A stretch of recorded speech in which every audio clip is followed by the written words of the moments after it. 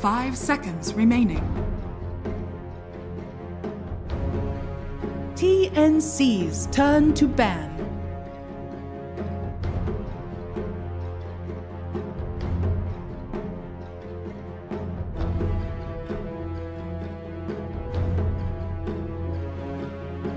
Seconds remaining.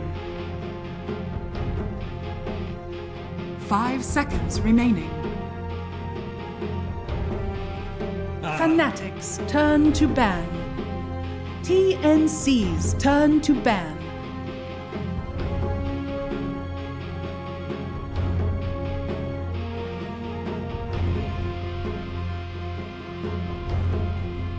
Fnatic's turn to ban.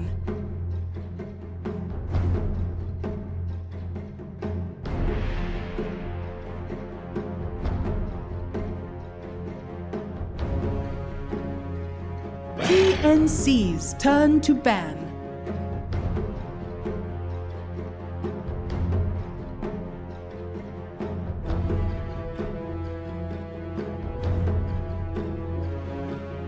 Fnatic's turn to ban. TNC's turn to pick. Fnatic's turn to pick. League's assassin.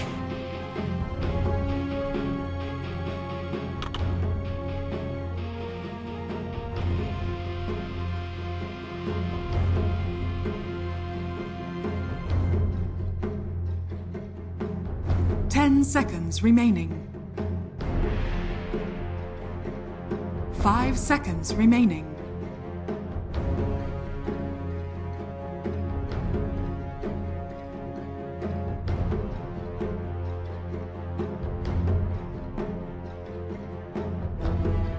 Welcome back to PGL Bucharest Major 2018 SEA qualifiers. We are here in the pointy end of the qualifier. We're getting into the last couple of days, and this is what it all comes down to. It's a single elimination bracket. We've got TNC and Fnatic on this side. We have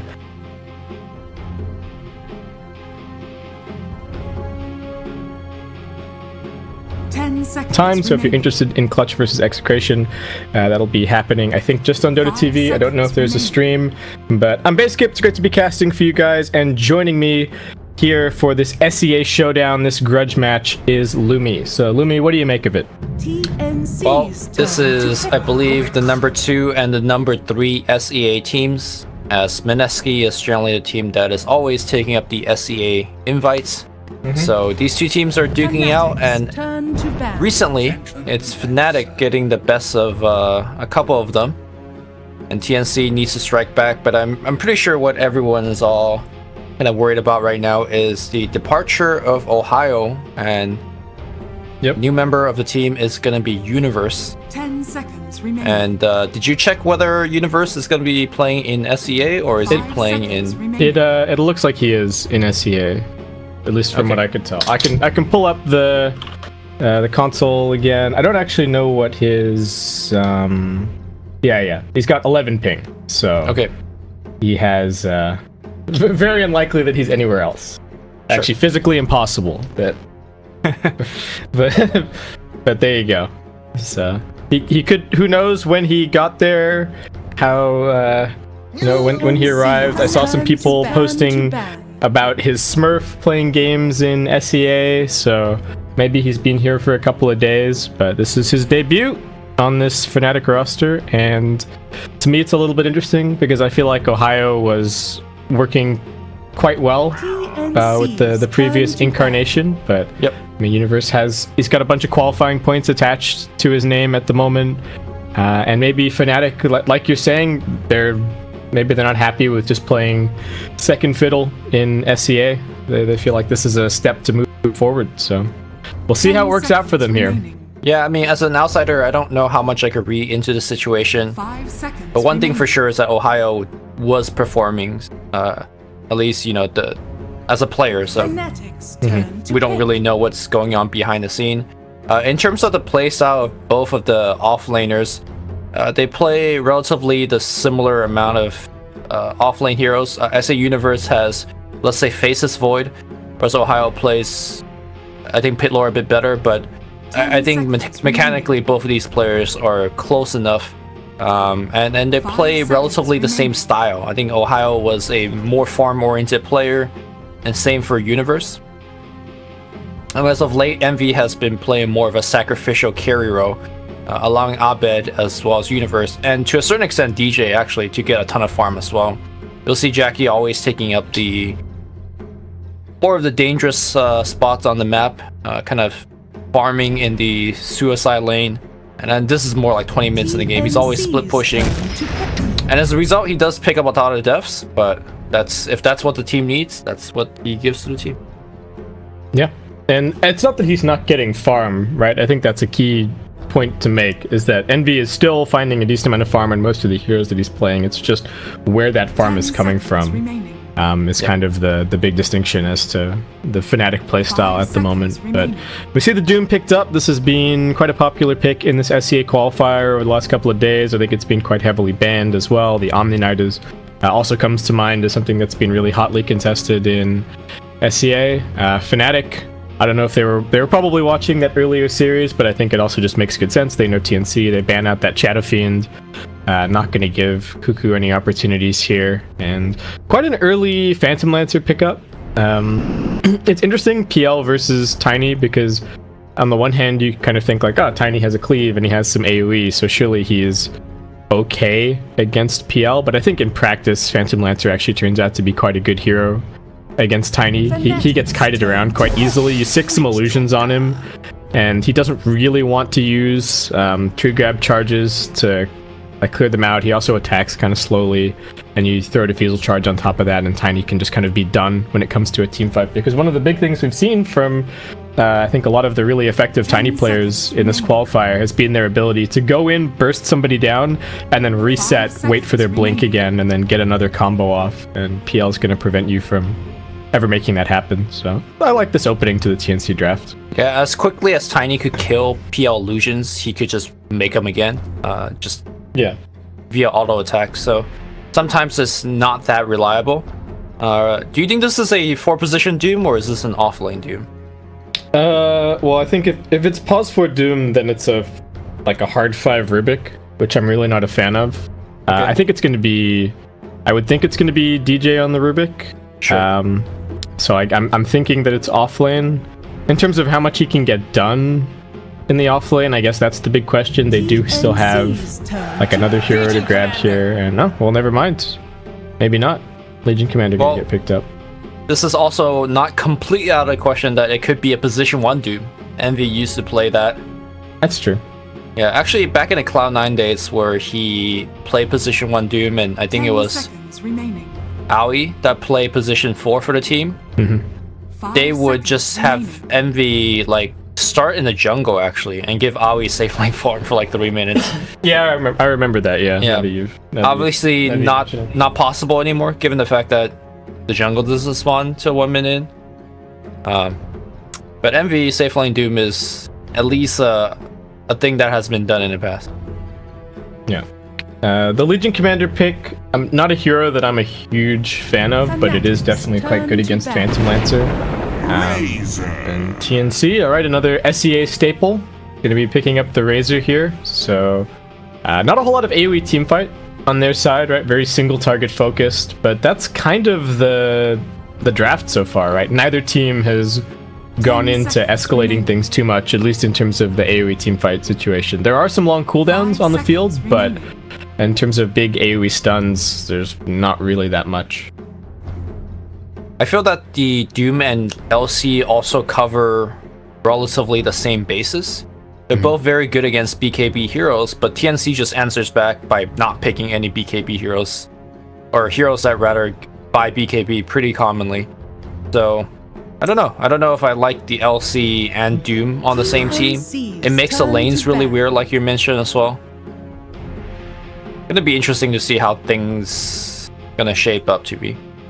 Yeah, we'll see. I mean, maybe the Doom is the pause for, and then we just see Doom plus Legion running at the off lane, but I don't know if they're necessarily gonna accomplish that much there. TNC still have the mix-up as to where the PL and Razor are going, right? They can choose to set their lanes Obviously, they have to choose their items right at the start, so they can't really swap it, but can have the Razor mid or the Phantom Lancer mid, just depending on the matchup situation. And Earth Spirit is going to be the ban. Yeah. So Fnatic's read is that it's an offlane Nyx Assassin then? Yes. And TNC have the option to pick a position 4 for Tims? Or a position 3. Mm-hmm. Yeah, they could just put Tims on the Nyx. Offlane Timber seems pretty insane right now if they could get away with it. Oh, that's true. Fnatic have 3 melee strength hero. 3 melee strength hero lineup, yeah. Alright, now it's gonna be ooh. Position 4 Naga, right? Side. This is... Yeah, I like this actually. The sleep is really good disengage against the Doom and the Legion Commander. You're gonna have to be a little bit careful with your positioning around the Tiny, but 10 seconds remaining. I think it's quite good. The lockdown from the net is also really good with the Razor, right? So that's gonna help him quite a bit. And even just using the link with the song is also pretty potent. So I like this quite a bit. And for Fnatic, is that a Envy Monkey King? I don't know, dude. This draft is looking so weird. Okay, yep. Alright, Universe LC, so it has to be a position 4 Doom and a position 5 Rubik. I mean, can you in theory put Pi on Doom? Yeah, that's exactly what they do. Position 5 Doom.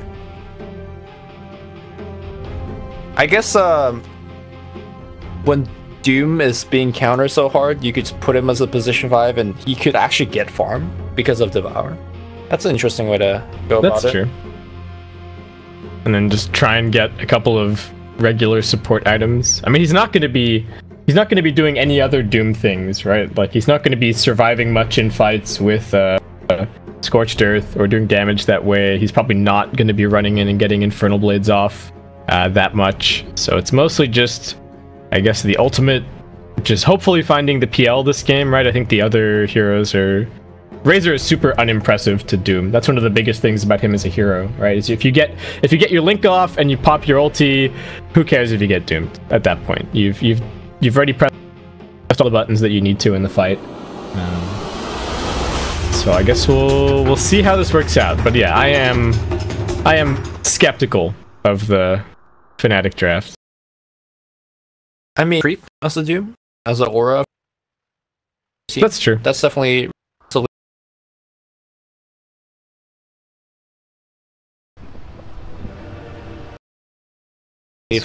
I've lost 6 months of my life just sitting through these pauses. Yeah. Can you comment on the level of how tactical the pauses are? No, there's no tactical to it. It's just somebody is not ready. Somebody needs to go to the bathroom, but the hands are cold. Who knows? But all right, so we got a DJ Rubik. In terms of how good of a Rubik game this is, I don't think it is a very good Rubik game, honestly. The best steal that I can see is Impale, and that's like not that impressive. A good Witch Doctor is always going to cover his Death Ward. He's going to toggle Voodoo Restoration. I mean, DJ might get it at some point, but he should only get it like the once. Naga, yeah, the song is helpful, but it's the same kind of situation, right, where Naga should never really let you have it. Though the AoE is quite a bit smaller now on the lower levels, so I don't know, maybe if Rubik gets a lens or something, he can still snag it. I don't actually know off the top of my head. You gotta be relatively careful, because ending the song is same as counts as a spell, right? Yeah. So you gotta end the song and then immediately Riptide, which may or may not have good targets near you to Riptide. But yeah, we'll talk about the Rubik steals as we see them. Yeah. All right. So in terms of the lanes, they are gonna have the Razor just heading down towards the safe lane at the moment. Raven rather opting for the boots first. Fnatic, what's Universe got? I mean, the beginnings of a Soul Ring, pretty standard offlane fare for him. Doom's got some boots. So DJ is actually playing the slightly more sacrificial role, at least as far as these first few minutes go, buying up the the obs and the Somebody courier take a and stuff. screenshot. This is literally the first time that Pi ever started with boots first as a support. Somebody I don't think I've ever print seen it out. so. He can put it on the fridge. Yeah.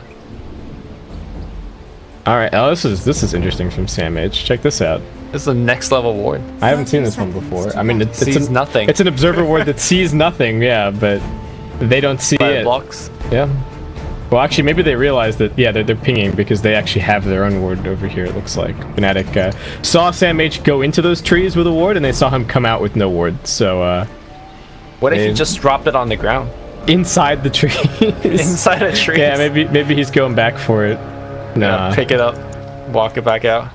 Alright, so 2 bounty runes apiece, pretty standard stuff. Looks like Abed can be grabbing this one. You don't have to be facing a rune to pick it up, so it's the efficiency there of looking away. Cool guys don't look at bounty runes. Paladai is going to try and steal the wave with his boots. He's in a sneaky little spot at the moment.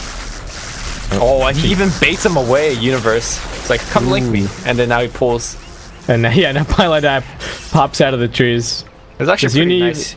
He needs to run away from the Razor though. Yeah, don't get hit by the Razor. He's angry. He's big and angry. Mid block looks like Abed's got the better block here. Radiant's bottom tower is under attack. Feels like this is going to be a pretty rough matchup for Cuckoo, so Rich Doctor is going to come around, help him out a little bit. Yeah. Fortunately, Witch Doctor, one of the better, like, laning / zoning supports, right? His base damage is quite good. The animation is quite good. So, decent amount of harassment. Speaking of harassment, Tim's just punching DJ. This is one of the things that people kind of dislike about Rubik as a support at the moment, is he doesn't really zone or harass all that well, right? Then Nagasan gets up in his face, and there's not much that he can do. He's actually already skilled the Fade Bolt, and Witch Doctor's now up here. So 1437, gonna eye them off, and Envy having to sit a long way back. Still 0 CS to his name. I think the plan with this Monkey King pick was to put a lot of pressure on the Nyx, but no such luck when TNC actually managed to set their lanes up like this. So I guess Universe is gonna get a decent amount of farm at bottom, but Envy's gonna have to play the catch-up game. Yep. I like what they're doing here on the bottom lane. Pi's pretty much only gonna sit here till level 2, and then he pieces out into the jungle to start finding some creep, allowing Universe to... I mean, it's not a decent one, but lane is... Universe should be able to get some farm. I just don't know how they're gonna kind of rescue this.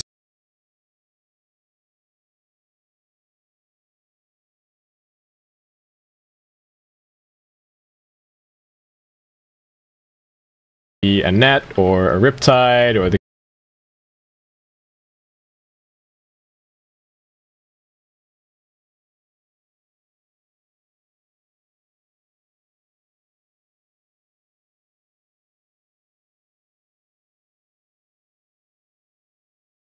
Razor that badly with the 2v1. He's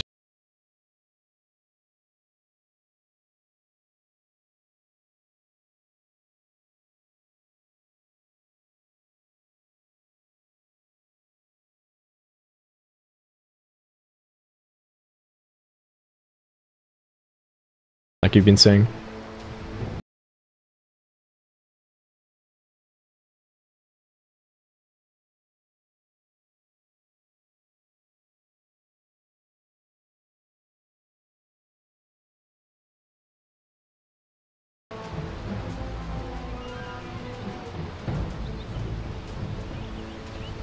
Oh yeah? Like what? Like the AGDQ schedule? Is it? Oh yeah, I think the... Oh, alright. Looks like maybe a router restart coming in for Team Fnatic. See if that helps. Ah, okay.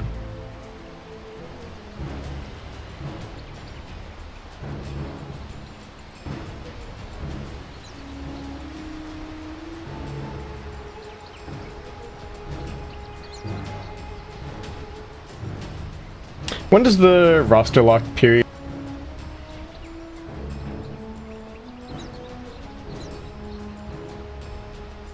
I've lost track as well. That's definitely not one of the dates I keep attention to. Not relevant to me.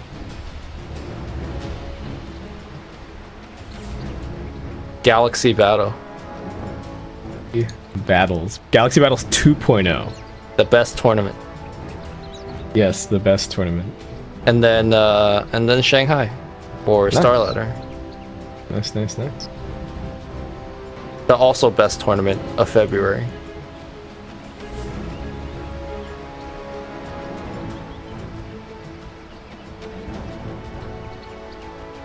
The amount of Ds I've sucked to get these gigs. I don't get them for free, you know? Yeah. So is that why you were reminded earlier when looking at Bane spamming his enfeeble on everybody? Of yeah.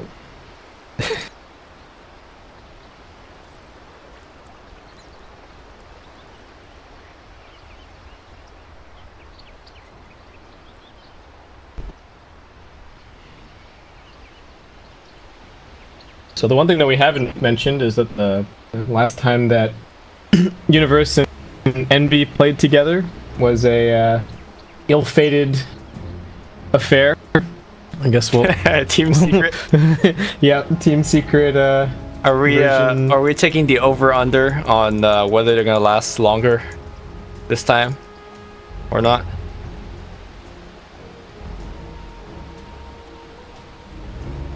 I mean, I'm sure though they're gonna last at least this roster lock, right?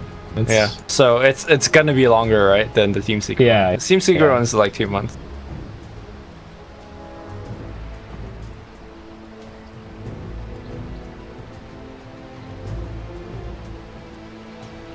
I was actually having this discussion. Now that Fnatic has no Malaysians, does it still make sense for the rest of the team to stay in Malaysia?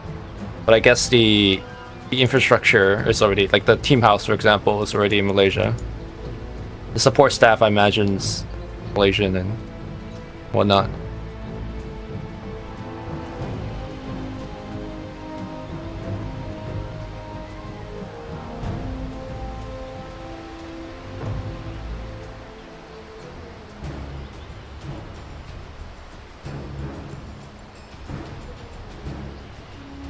It's definitely one of the cheaper places to live, cost of living. The food's good and cheap. And it's moist and hot. That's a minus, by the way, not a plus.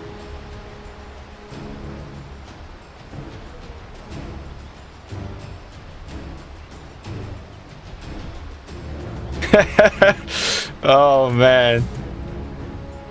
That's a story to tell.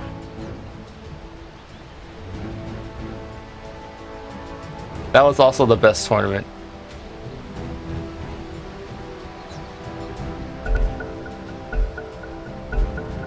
Yes.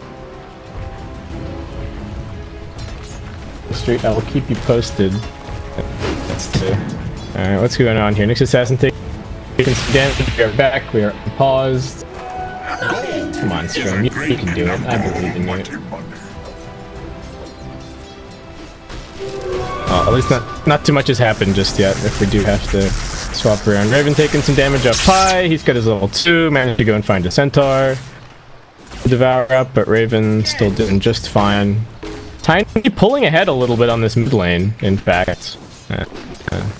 I'm interested to see what kind of builds Abed goes for here. Do you think he goes for the maxed out tree grab just to try and win the lane that way, or do we see something similar to what we've been seeing against all the Queen of Pains, where you max out the toss and just use that for harassment? Seems like maxing toss is the way to go. I think I could have seen it go either way. Oh, the courier. I like it. Microing the illusion towards it. I'm more curious in terms of what role he's gonna play in the mid game. Is he gonna create space for Envy, or is it gonna be the other way around? Yeah. Alright, I don't know if my stream is recovering here. Alright, lift up onto the target. Yeah, I'll give you the word. Tim's in some trouble. Balance Strike gonna catch him. Jingu sticks up for Envy. Looks like they should be able to finish this. Piladai with one last swipe of the sword is actually gonna finish the kill. Piladai going boots first. Piladai boots? Getting first blood? What is happening here?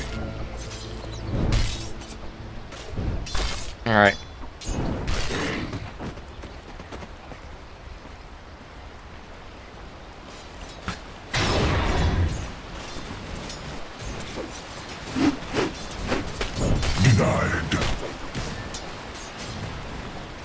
Alright, let's shut down OBS. Alright. Go. Yeah, I had to switch streams because internet is a problem. Radiant's bottom tower is Happens under attack. to actual casting studios. It's not just but yeah, sorry everybody that my internet is apparently shitting the bed today. But we have the Lumi back up. How many years into the future would you think that we have like actual good internet everywhere for free? Well, not for free, but for like, you know, relatively for cheap, yeah. Yeah, or it's just considered like I don't know. That's 2040? tough. Yeah, 2040 sounds about right. Oh, gonna go on the Nyx assassin here. Sam H in some trouble. They've also got the hoot stomp from Pylai Dai. He's making plays happen. He's got the phase boots. Eternal Envy's gonna snag the last hit since he is a little bit behind, using the boundless strike for that one. But... Man, alright. Look at this Doom. He has phase boots now. Yeah. I'm really Position loving for how Doom. they're using this Doom, right? Just goes bottom, helps out the lane a little bit, gets the creep, walks around, and now is winning the top lane. And It's working great. Yeah. Now he gets to, I don't know, keep eating creeps in the jungle. Might need to fairies himself a couple more clarity or maybe infuse raindrops. But he's done pretty much all you could ask for as a position 5. But mid lane, Abed on mid. Yeah, they do have the paralyzing cast. They've also got the net coming through. He's gonna get the avalanche, maybe a toss back as well. Still pretty tanky. And now Pylai Dai arrives along with Universe. They get some nukes out. They found the real Cuckoo.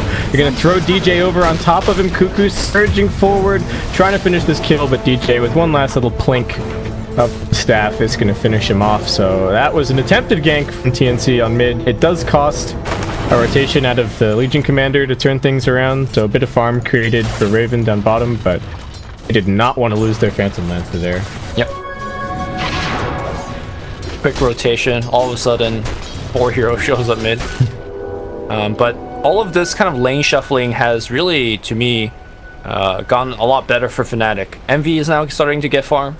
I mean, Sam H got maybe 2-3 minutes of decent farm, but as Nyx, the early farm isn't necessarily that important. It's more so the fact that he was getting experience, and he was sharing a ton of that experience with the Witch Doctor as well as the Naga. Yeah, he's still doing alright in terms of overall level, but yeah, I mean, you look at the Razor, he's already level 6, so that is the amount of experience available in these solo lanes. Abed gonna cop some more harassment here on mid. Tim's running in just to try and be a little bit of a nuisance. Does need to be careful in case there's somebody to toss back to at the tower, so can't necessarily afford to be up in Abed grill all the time. But TNC seem to be, I mean, their supports aren't really playing together all that much. I think that's the biggest thing that's working so well for Fnatic in this early game, is that DJ and Pi are really linking up to make plays happen. I don't think either of them individually really has that much ganking power on these lanes, but together they can get a lot done. And Pi's actually zoning out this entire tri lane all by himself. This Doom is looking pretty scary. Yep, he is only limited by mana at this point. Every time he sends out clarity, he is getting it canceled, which is unfortunate. So, the bright spot for the team is Raven. He's got, you know, essentially the best lane, getting the best amount of farm. Do you think we're going to see anything greedy, or are we going to see more of the... Envy might be in trouble here. Oh, whiffed stun from Sam H. That is not a good look. Ice spiked Carapace, though, reflecting that boundless strike. It looks like he will get ticked down, but not before DJ gets off one last Fade Bolt. He gets netted up. Is there another stun? Not quite in time. He says see ya. And with that, Fnatic, just take a 1-for-1 trade. You were asking about Raven doing well for TNC? Yeah, do you think we're going to see something different? Looks like he has a Soul Ring, or rather that's Universe that has a Soul Ring queued up. What do you think Raven's going to go for? I definitely think he'll get a drum.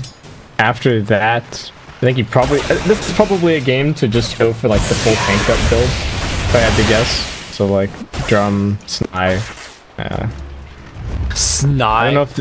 Sny. S-N-Y. Ooh, I like this. Actually, he's rotating. Yeah, Witch Doctor ports bottom, smokes Raven. Raven now ports up top. Witch Doctor now gets to put some like deep wards in the mid lane. This is a one smoke to do two things. I really like this. Yeah. But the longer the bottom lane is empty, the more suspicious this becomes. So Fnatic, they're gonna have to go right now. And they do manage to find the net onto Envy. Lift up onto the Nyx Assassin. Does get the stun out, however. Universe attempting a rotation, but I mean, all that he can do is run in. Does need to be careful about the Razor with bonus damage. So they're gonna hold on to this top tower. Both heroes rotating out of bottom as the supports now slink into the lane to try and grab a little bit of the farm that's been left behind. But the pressure's still on. Raven's still actually chasing up here at top. Sandwich trying to close the gap. Get the net out. DJ in some trouble. Looks like he might just get right-click down here. Universe with another big nuke, but that's all that the Legion commander can really contribute at this stage.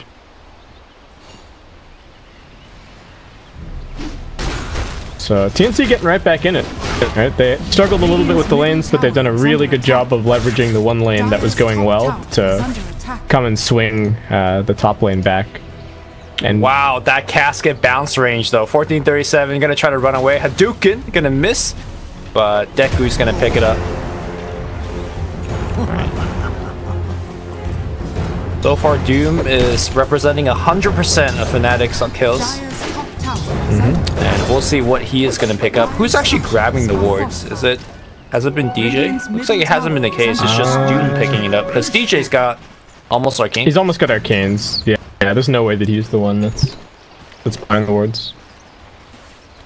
Radiant's bottom tower is under attack. Dire's top tower has fallen. Oh, wraparound gank from Pi. He's got the Doom ready to go. Can they figure out which one is the real one? Cuckoo trying to hide in amongst the illusions. And he does so successfully. They now realize what's happening. Pi is a little bit too deep under the tower, perhaps toss away, not going to help him. DK's also there. Looks like maybe they will get this kill anyway. Nice doppelganger dodging the avalanche. Sam H comes in. One last auto attack finishes that kill. Got a Ring of Aquila on this Nyx Assassin, interestingly enough. Well, so the two players of TNC, when they play PL, Radiant's middle tower. so after they use the first doppelganger, they always hotkey the one with the same HP value as the hero, and they will always micro both the unit and the hero, and that's why they're often responsible for most of those like tricky things. There's one that deals the same damage but takes 200%, and then one that deals zero damage, and then takes the same amount of damage as your hero. And they micro that one. What do you make of this skill build, by the way? Check it out. For Cuckoo, for Phantom Lancer. Okay. 1 point in Lance. Interesting. Well, we got action down bottom.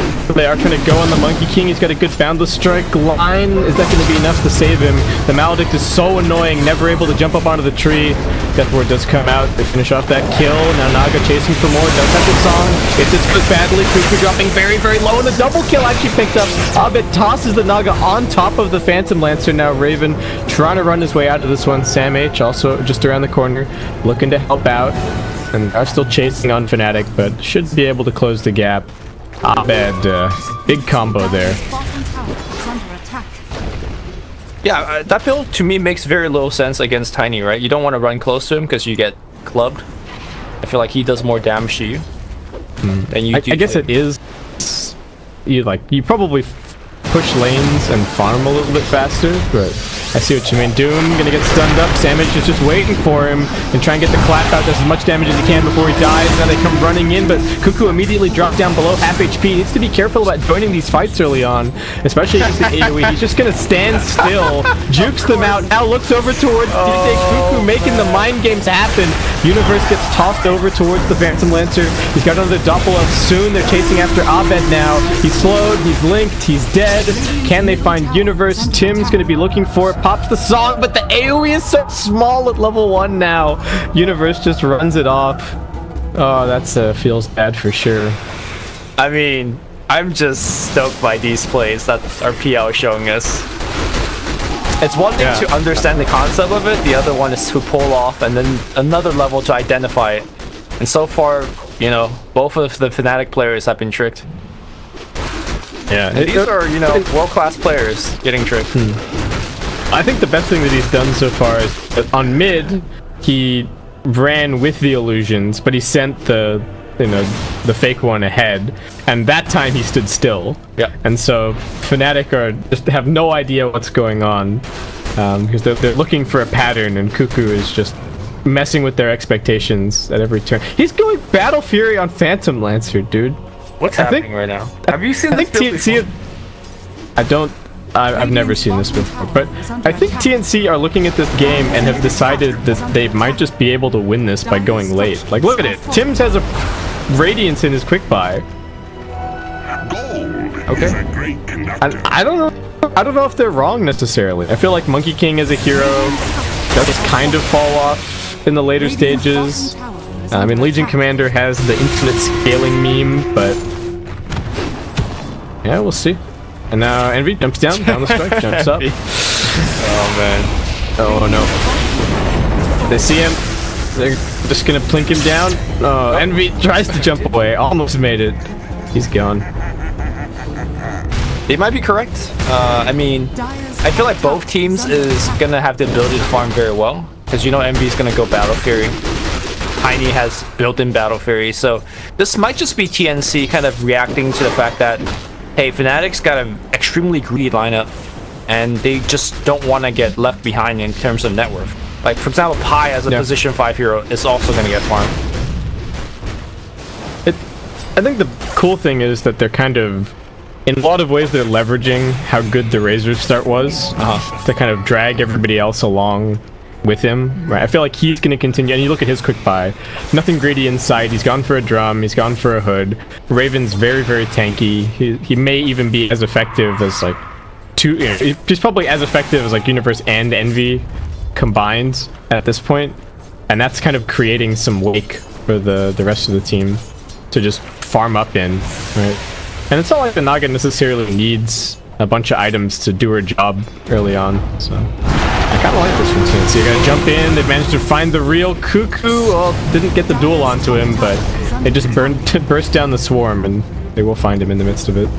Yeah, that's probably gonna happen a lot of times, because it doesn't matter if you're kind of among your illusions. There's a lot of AoE spells for Fnatic to instantly kill the illusions or do a high amount of damage to it. But top lane, Raven, able to take down a tier 2 now. Fnatic really ahead in the early game, and this is very reminiscent of what we just watched in the previous series. Ooh, they look looking for 1437. Abavit's found him. He's gone. He's done right. Tiny rotations working pretty nicely. Pilot gonna get caught out by Sam H. Raven finishes him off. DJ also running in here. Do they have enough damage to burst him? Looks like they do not. That build coming in big. Blink on Universe. He wants this kill onto Sam H. Avalanche coming through onto 2. Double kill for Abed. Raven still fighting, but doesn't really have too much here to help him out. Doppelganger stolen by DJ, keeping himself alive. I thought he was dead, but he's actually A-okay. All right. That was pretty insane. Yeah. That's a good one to have, actually. I wonder if DJ's now got some Rubik Illusion hotkey. Maybe I'll lose it if he actually will start making those kind of if he does the same thing. Yeah. Oh, man. Alright, PL's almost got his Battle Fury. I'm actually interested to see how the Battle Fury PL scales, right? You're sacrificing your early power spike to maybe smooth out your, or like speed up your mid to late game progression, right? So I mean, when you say early game power spike, you just mean the Diffusal Blade, right? Yeah, just the Diffusal Blade. Yeah, that's all I mean. Yeah. Max Lance, Diffusal Blade, run around, kill some supports. The thing is, I feel like about the Max Lance Diffusal Blade is that, yeah, you get it, you're very strong, and then you kind of taper off very quickly. And it takes you like 25 minutes to get to the, you know, the ultra late game carry. So this might just be foregoing the early game and then just kind of ramp up much faster to your late game. Which, you know, knowing Fnatic's playstyle, they generally take their games to, what, 50, 60 minutes? So maybe going straight up for the late game is just the way to go. Yeah, they are pretty adept at like cutting lanes and stretching out games once they had even a little bit of a foothold. So I can kind of see the approach from TNC. Do you think this is a good... is it a good core Naga game? Because that's basically what's happening now with Tim's, right? He's decided that DJ running straight into some trouble. He is going to pop the Doppelganger away. No juking on this one, unfortunately, since the Link is still after him. And Raven will just bring him down. So let's see if, I mean, Fnatic's got a ton of heroes that could deal with the illusions of Naga. So on that front, no, but just having a position for getting Radiance can't be bad, right? Yeah, definitely not this game, especially when Fnatic are so right-click heavy. Like, a lot of their damage. All of their cores have a little bit of nuke, right? But then after that, it's mostly down to right-clicks. So, yeah, I don't mind. Nyx Assassin going... Like, Nyx Assassin has definitely transitioned to the position 3 this game, right? No Midas on Sam H, nothing like that. He's just looking towards a Spirit Vessel. There is not enough farm on the map for 4 cores, right? So... someone is going to have to make some room for this Naga, and they are going to find out Universe down here. Sandwich with a nice stun, not being greedy with the Vendetta hit. They are going to keep spotting him over into the trees. Drops the Blade Mail, it's not going to matter. Paralyzing Cast chases after, and then it's going to be a mega kill streak for Riven. He is still having a hell of a game. Yeah, just showing us that you could have hood and drums, but you could still have a ton of impact. Kind of running into the Fnatic lineup, being way too tanky. Yeah, they just don't have the tools to really kill him. Highlight Eye, just kind of farming, pushing out lanes a little bit. Has just grabbed a drum. Envy has his Battle Fury, going to be going for an Echo Saber next. This just seems to be his build for the most part. Always goes the Battle Fury into Echo Saber. I don't actually know if I've ever seen him, or at least in recent memories, seen him go anything else. He also seems to, I think he likes the, oh, they're gonna jump in here, they're looking for Cuckoo, can they kill him off? Boundless Strike, keeping him locked down. He's already used the double, in fact, and just gets right-clicked to death. Abed with the double damage. Big stony fists. I like how this time they don't chase that illusion that was running south. Top lane looks like Jim was going for the kill here, and Deny coming through. Very nicely done by Raven, and then of course he helps his team to pick up the kill. Meanwhile, simultaneously on the bottom side, Universe gets a dual victory. That's the second one of the game. And looks like he's going to go for Shadow Blade. And then top. Sam H, yeah, in trouble. They're going to throw out the Wukong Suman. Envy chasing forward. A little bit of a awkward ulti. Yeah, going to be forced to hop on out of it. Raven going to spot him. Throws out the Plasma Field. Wait, what made Tim's deniable there? Doom. Oh, he was doomed. Alright, yep. Duh. Alright, well, a couple of kills traded across the map. Nice that they bring down the Phantom Lancer. His net worth is scaling up pretty quickly. Just going to be going for an SNY next. I wonder if this is like just a... Is this a completely different PL build? Like, the illusions are not that valuable this game, sure. So maybe you just play less for your illusions and more for your main hero to just be tanky and right click. Sure. Right? Like, maybe you put yourself in a situation where even if you are doomed, you can still just kind of stand there and hit people a little bit. And on that note, like, the PL does actually have pretty insane stats gain for, you know, an Agi hero. Like, he across the board he gains a lot of stats. So if you're not playing for illusion, your actual hero is still quite decent. And it's going to be quite a high level. I mean, he's already level 17, 22 minutes into the game. The pace hasn't been that fast. Fnatic looking for some kind of initiation here. They don't have the Wukong's command. Envy scouting ahead. Sam H is also here. Raven going to be coming around the corner. They are trying to burst the Phantom Lancer. They get it, but now they come in with Sam H with the stun. Catches under 3. They have managed to duel up the Razor. Can they finish him off? Yes, they can. Universe looks like he should tick after the Maledict, but Fnatic are not done. They charge forward. Abed picks up a double. Oh man, they just exploded the Phantom Lancer. He didn't get an opportunity to cast a single spell that fight. Yep. I really want the fight recap, actually. And I feel like the most important player that needed to be there was not. Like, Tim's is their get out of jail free card. But he's busy farming his Radiance, which he's got the Relic already. My god, Jesus. Yeah. But Fnatic wins a pretty decent 5v4. And I think in these team fights, it's showing that Fnatic just have way more AoE. They could quite easily tell which one is the real PL. That's the second, or was it the third time that both Abed as well as Universe just combine their AoE spell and just nuke the bejesus out of Cuckoo. And then they just get the quick kill. Yeah, I mean, yeah, this is the third time now where they've just annihilated them. I guess the other really nice thing is that they have the Avalanche and the Boundless Strike are both quite good at not only clearing the illusions, but then stunning the real PL while you figure out quickly which one it is. So it gives you the opportunity to follow up with a lift or to Infernal Blade him or something on those lines. And Fnatic able to play around their vision a little bit more. They had these really deep wards at bottom for a bit, but weren't really able to use them. But after taking that fight, they reset the lane position a bit and continue kind of playing around here. Rubik's got what I think is still the best steal of this game. He's got the Impale. Dust gets popped. They've actually scattered that sandwich. They knew that he was coming. I don't know if they needed to use the Doom there, but still a very nice pick off. Under attack. Oh, look at it go! High, 37. High's pretty fast. Not pop the drum. Raven still has a drum charge as well. He just dead to the Maledict? Yes, yeah, he he's is. super dead to the Maledict. 4 points in that from 157. I'm surprised he didn't activate drums. I thought he could have ran out if he did. It's all good. Envy's on the prowl here. Scouting around as the Monkey King. Sees 1437. Can he actually get this solo kill? He's got the Echo Saber doing good damage. Universe tries for the kill secure, but not gonna get it. Cuckoo with his S and Y actually able to keep on Phantom rushing towards the Monkey King, and he cuts him down with his Battle Fury. He's stunned forever. Eternal Envy, what can he really do? He's actually doing a decent amount of damage. Healing up with the Jingu. This could be a turnaround. Universe gonna come in with the Blade Mail popped. Doing his best, but it looks like it might just be dual damage fed away to the Phantom Lancer. That's a plus 14 for Cuckoo. Oh no, Wow. that Phantom Is this Rush. why?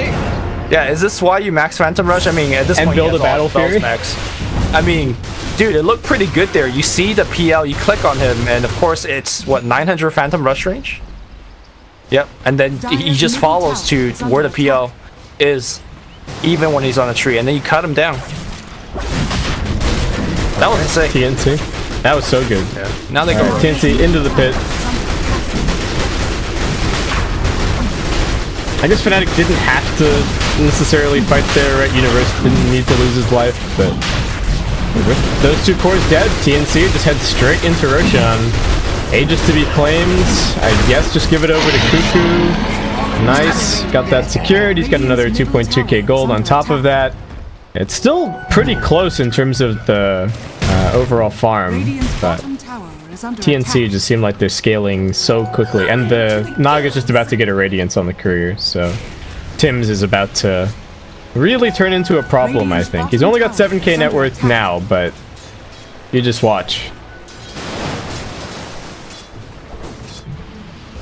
It's also not just the way that he's getting farmed, but also the pressure that he's going to put on Fnatic by farming.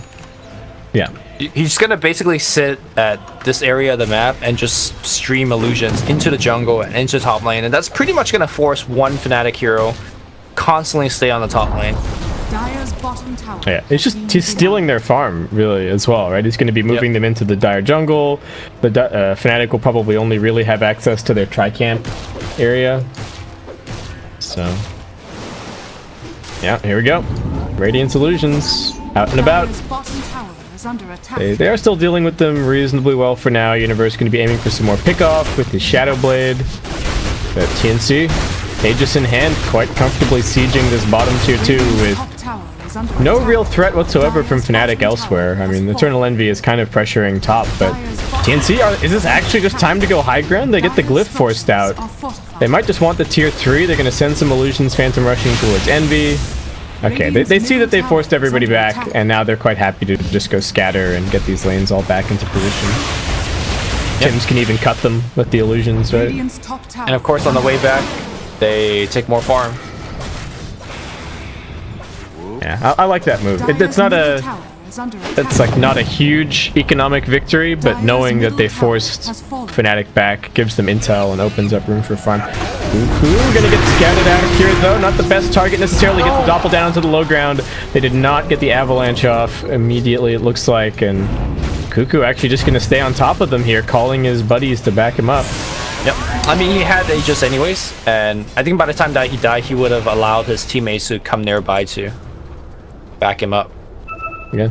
The IDC Doom build continues. He's going Scotty next. IDC Doom, IDC Duel. I mean, he probably still dies to a full, like, Blade Mail duel, but the survivability is going to be a pretty big deal.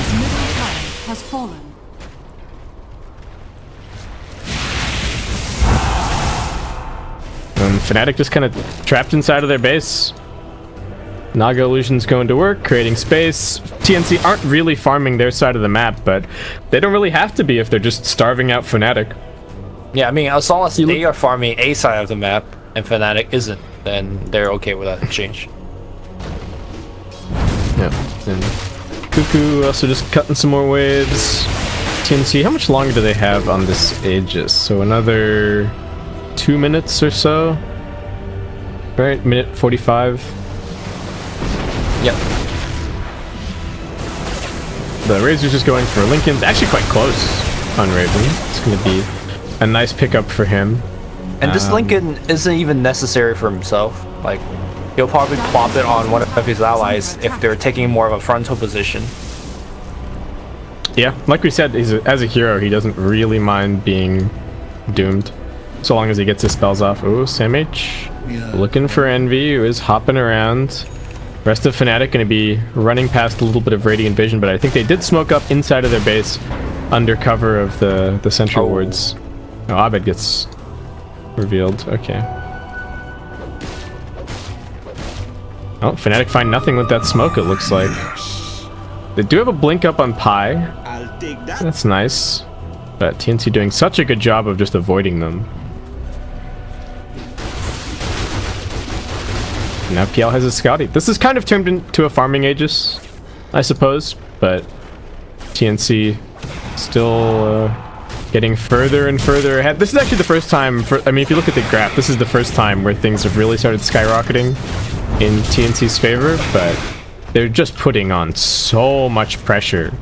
Like, I feel like Universe's farm at this point is completely stalling out because there's nothing left on the map, really, for him. Generally, this is how LC's farm kind of goes at this stage of the game. Unless you're getting a bunch of kills, which she isn't.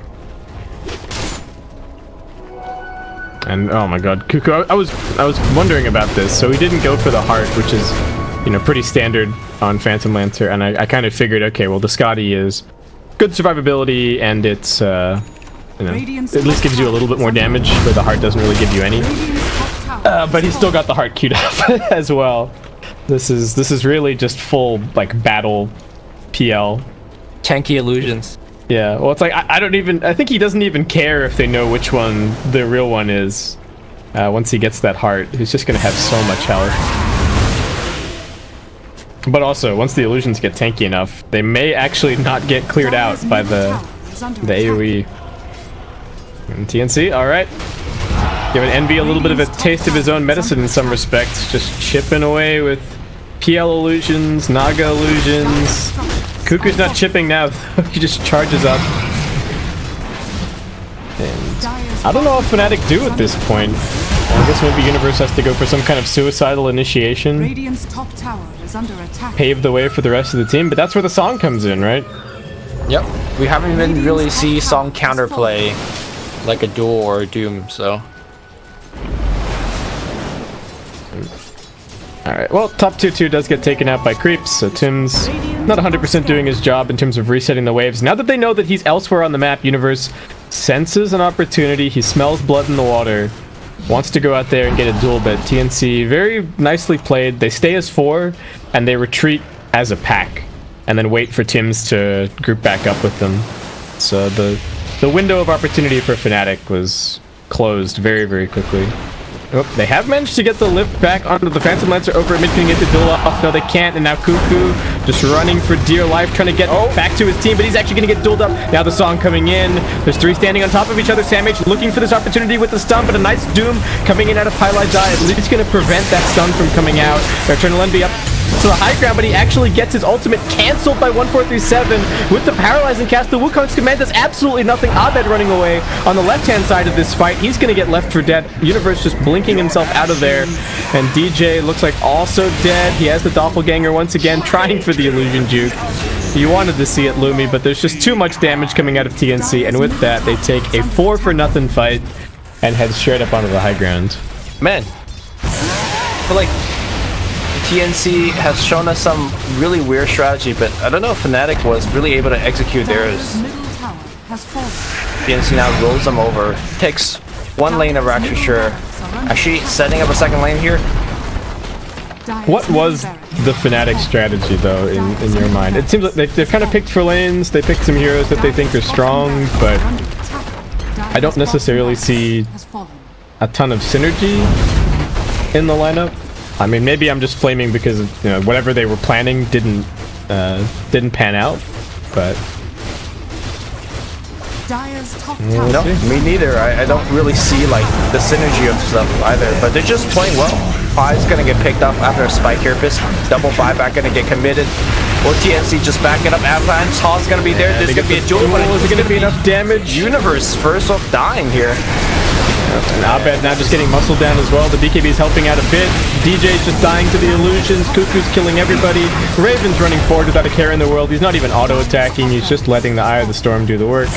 And there you go. Fnatic gonna call the GG.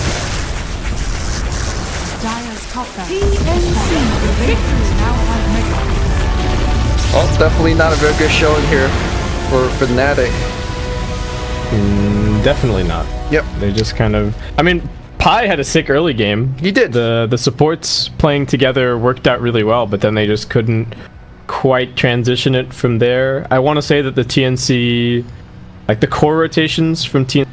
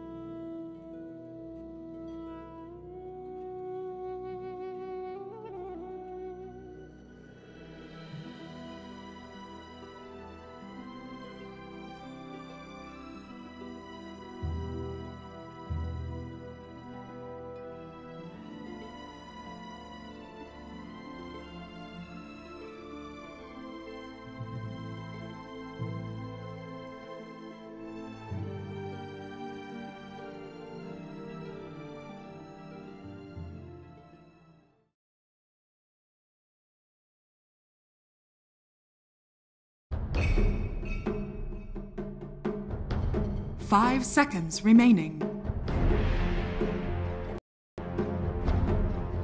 Fnatic's turn to ban. TNC's turn to ban.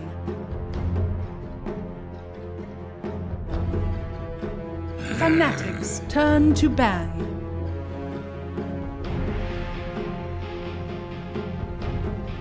TNC's turn to ban.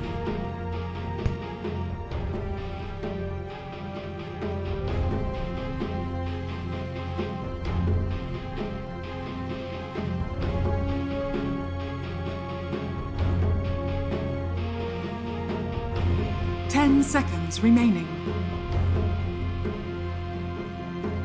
5 seconds remaining.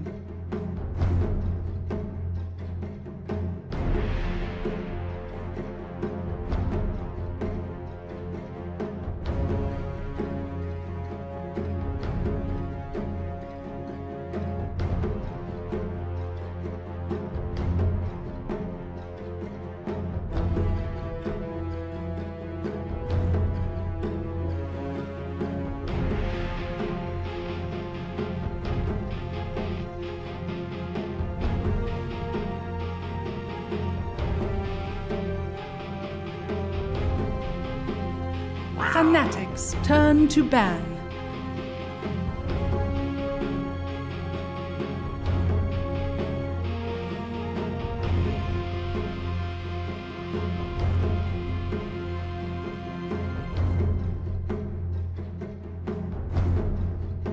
Ten seconds remaining. 5 seconds remaining.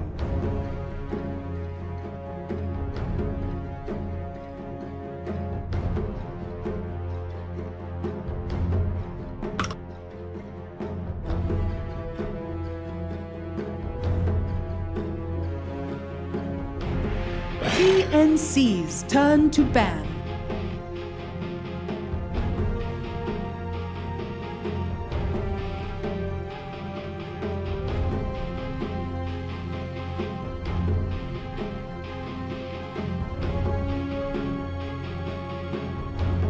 Seconds remaining.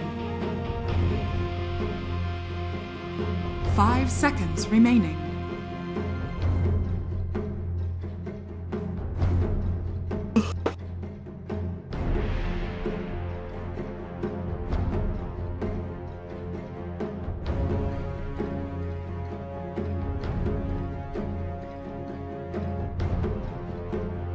Fnatic's turn to pick.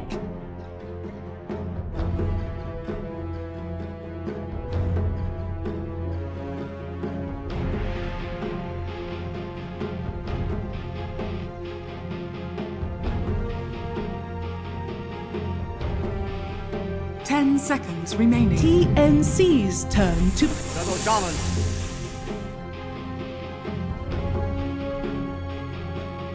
TNC's turn to pick. Fnatic's turn to pick. Phantom Lancer.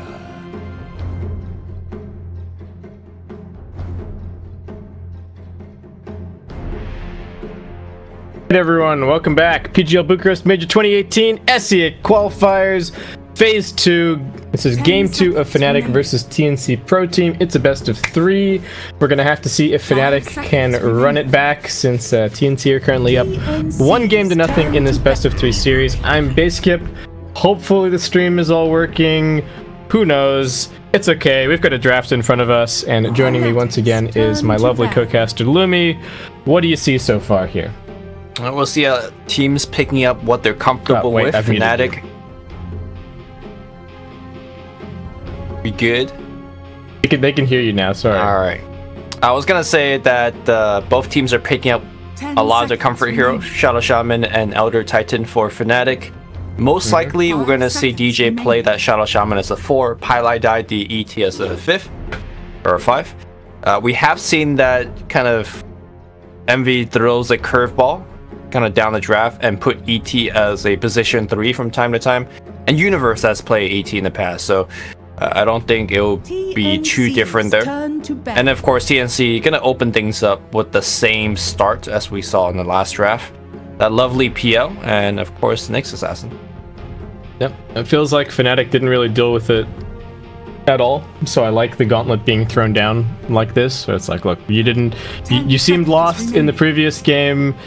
We're gonna stick to our guns. You gotta show us something a little bit different to deal with our Phantom Lancer opening, because they feel like they just didn't have it. They will show a little bit of respect and ban out that Legion Commander, so Fnatic gonna have to find another answer here, and I guess we'll just have to wait and see what exactly that's going to be.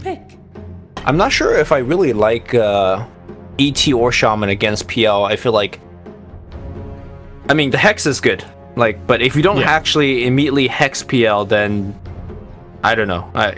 We're gonna see some crazy micro from one of these core players again. Yeah, it's interesting because it does feel like Shadow Shaman and ET are two supports where the Phantom Lancer can just jump into the back lines and kill both of them, and there's almost nothing that they can do unless you luck out and happen to, or you have really good eyes and you happen to spot the PL in the middle of the swarm, and then you can get the Hex and the Shackle off. But otherwise, not a whole lot that ET can do, because you just get doppelganger dodged on the stomp, and that's the end of you. So I wonder, TNC literally copy paste draft so far. I mean, why change it? So far, they've. I mean, that last game was one of their stronger games that they have today, and for sure, they did it against Fnatic, which is one of the better C teams. So let's make Fnatic prove themselves, and we're gonna see Dragon Knight, which I think is a pretty decent answer to PL. You do very well against them in the lanes, and the splash is gonna be, I think, even more effective versus PL than Tiny, because you're not limited by what tree duration or tree charges. Yeah, and you're also not having to sure, getting your mana burned as Dragon Knight is annoying, but once you're level 18 and in the, well, I guess even level 12 and in the dragon form, you've got the splash no matter what. You can't do anything about it at that point. So that's certainly helpful. I wonder what kind of build we'll be seeing out of the Dragon Knight. I'd like to see.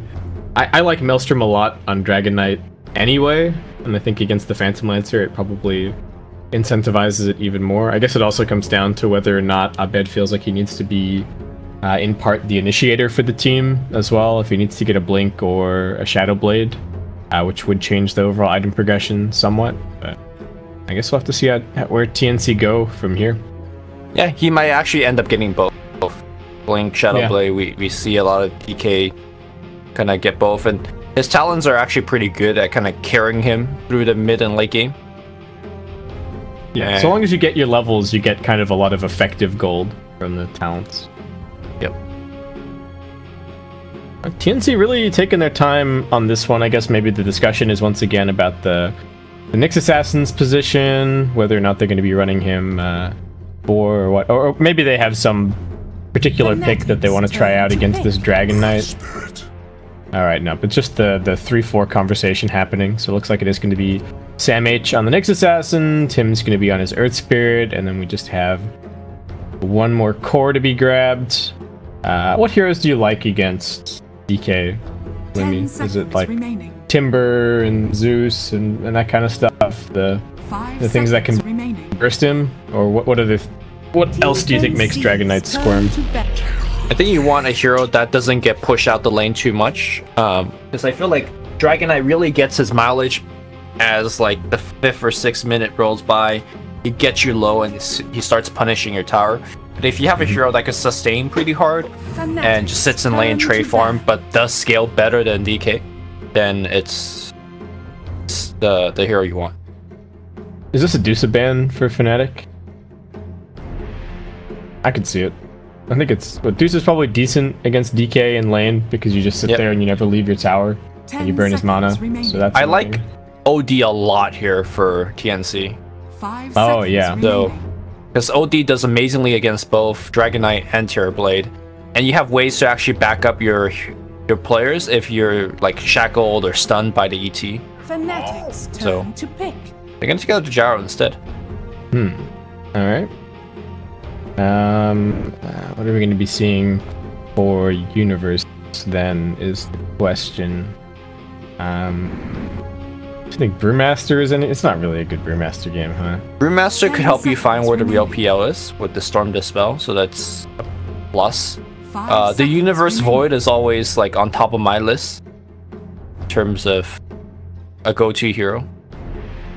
But Earth Spirit can be a decent answer. I mean, there's also that Pit Lord that I always put on Ohio.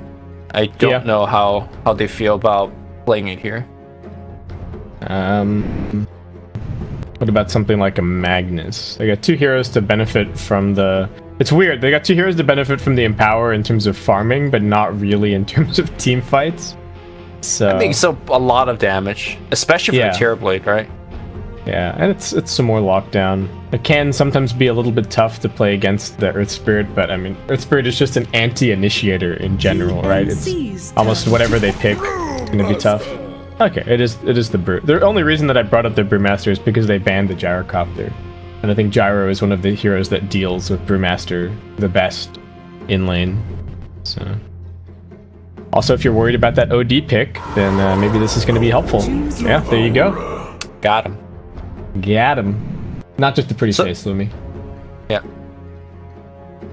So the problem to me for this Brewmaster pick is that we've seen this, I think, in game 2 of the series that we casted between TNC and GeekFam, was that if you don't have a secondary initiator to keep them kind of locked down, then Brewmaster blinks in, claps, splits, and then everybody else just like disengage.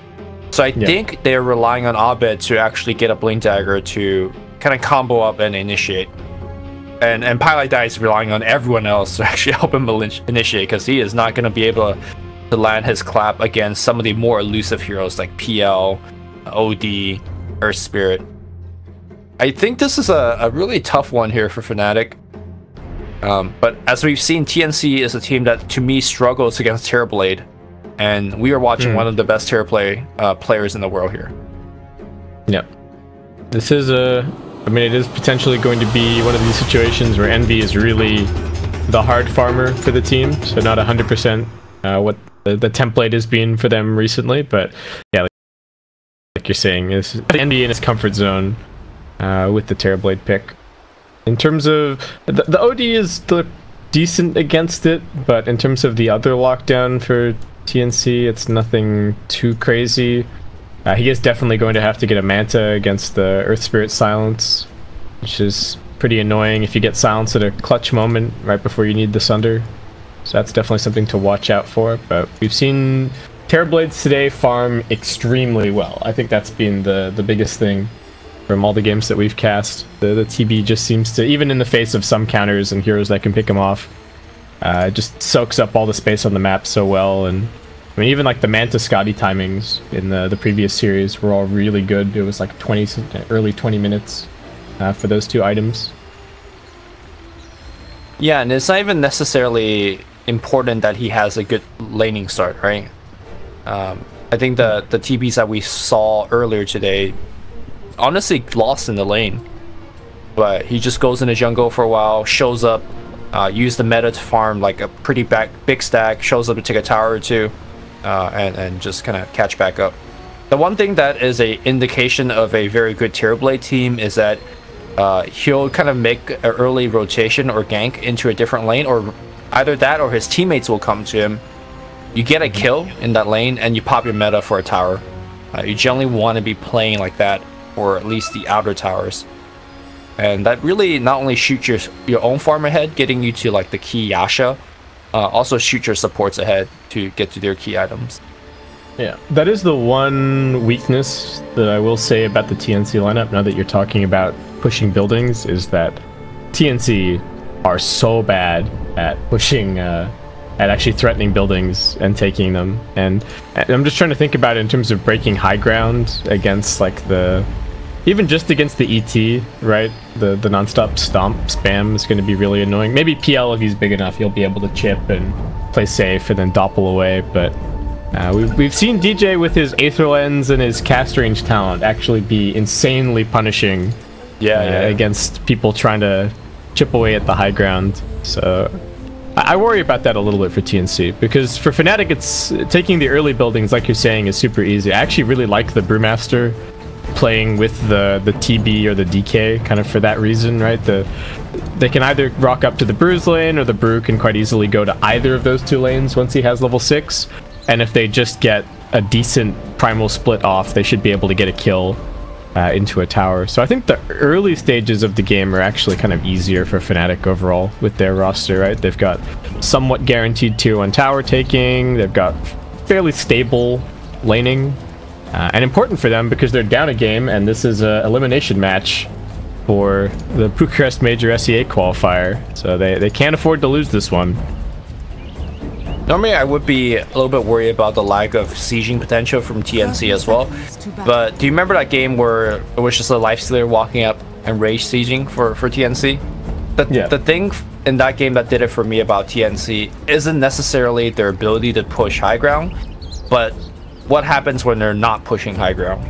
Like when they're not pushing high ground, they do such an excellent job controlling the rest of the map to prevent the enemy team from farming. And that's kind of what we saw last game as well, right? Like Fnatic, it took them a long time to lose the game, but they never also had a chance to get back in the game because the map was always like very smartly taken up by TNC. And I think that's kind of the style that they're going to go for. A very map shutdown style, and give Fnatic a really tough time, kind of zone them in their base. Highlight Eye once again getting some look at this build from the Elder Titan actually. Oh no, Universe. They've managed to catch out Universe. He's gonna try for the TP out. He just barely survives. Nicely done though. Looks like Pi might actually be able to continue stealing the wave. No, 147 gets in front of him. He still has the cask. They've got Rolling Boulder in 2 seconds. Pi is quite tanky. Tries to sidestep the boulder, and he actually succeeds just coming out of the stun in time. Turns the corner, still holding on to this creep wave for now.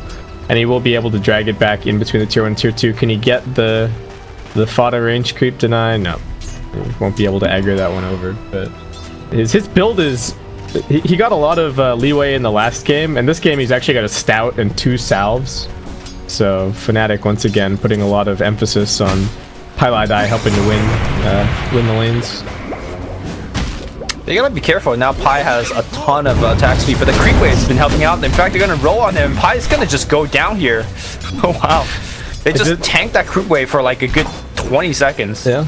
Is this just the counter to the offlane pull? You just send your 2 supports to slay them? Like, yeah. It seems to be kind of working at the moment. Pi, even with the stat shield, not surviving. It also helps that they're pretty like ballsy in terms of tanking up so much creep damage. But look at 1437, he's just... Well, he's getting walloped now, but Paladin Cast comes out, the roll not gonna miss, it's at point blank range. Raven's back behind the tower as well. Pi, alright, makes it back to the safety of his tier 2. They're playing in a pretty narrow area here. Yeah. Between getting tapped by either of the towers. And a tier 2 tower at less than 2 minutes into the game hurts real bad, so... Definitely worth being careful of. 157's Clarity is going to get cancelled. Highlight Die just being a nuisance. Though his overall objective up here just seems to be getting Universe off to a good start. And I think that's fair because the TNC tri-lane actually has a ton of kill potential, right? That's one of the really nice things about Witch Doctor. Highlight Eye wanted that bounty rune maybe, or coming a little bit too far forward. Tim's not going to kick a rock, just kicking Pi sideways, not kicking him into the camp, unfortunately. Just a little bit off on the angle. And this could end up saving him. I wonder if he actually needed to kick Pi, or if he could have just dropped the boulder. Yeah. I think he thought that the PL couldn't get close enough for the lance. But the PL did anyways. So maybe if he just kicked and stun, and then with the lance is there, they get the kill. But like you mentioned, they really dedicated a lot to this kind of early game pulling. What? Stout Shield and 2 salves. And they've gone through the 2 salves, and Tangos are running out too. And is this worth it for Universe? I mean, do you think he's gotten enough to justify the investment? I guess the question is, what else would have Pi accomplished if he'd been elsewhere? Well, no. I don't know if he can actually... Like, for example, he doesn't need to start Stout and 2 salves, right? Like, that's close to 500 gold that, for example, DJ could have had for a quick boost. So I'm just wondering if that was worth the early investment. And I'm sure Universe is benefiting from it, but I'm just not sure if it's enough. Yeah, I'm not sure that he's gotten significantly more than he would have if Pi had been elsewhere, right? Like, he probably... What happens is he grabs the wave there, he gets gone on, he TPs all the way back, he maybe misses a little bit. But yeah, I don't think this... The one thing that I think has happened up here as well is that maybe Fnatic have underestimated the amount of damage that the Earth Spirit and the Witch Doctor can do. On the one hand, the way that I was thinking about it is that they're kind of respecting the kill potential, and they're using Pi as like a meat shield for Universe, but like, is 5, or let's say he gets all 3 of these CS, like is 8 CS that much of a difference from 0? I guess they just really feel like they need the Brewmaster 6 quickly, right? Yeah. That's probably the most impactful thing this game. I think the other thing is by doing what they did, they really kind of manipulated the creep equilibrium to land where it is right now. I mean, maybe those couple creep kills wasn't enough, but the creep kills that he's going to get here definitely will help Universe. There's another big wave coming in with the double range creep, so I think Pi can call it probably a job well done. And also the one thing that they have accomplished is keeping Tims and 1437 up here, because I feel like the DK is actually quite susceptible to ganks on the mid lane this game, right? He gets imprisoned, the Witch Doctor and the Earth Spirit just walk up. It's a very easy kill from there. It doesn't really matter how tanky Dragon Knight is. They've got enough damage, especially when they've got the Maledict, which is one of the very nice things about the Witch Doctor this game. He's really good at killing these tankier heroes like the Dragon Knight and the Brewmaster.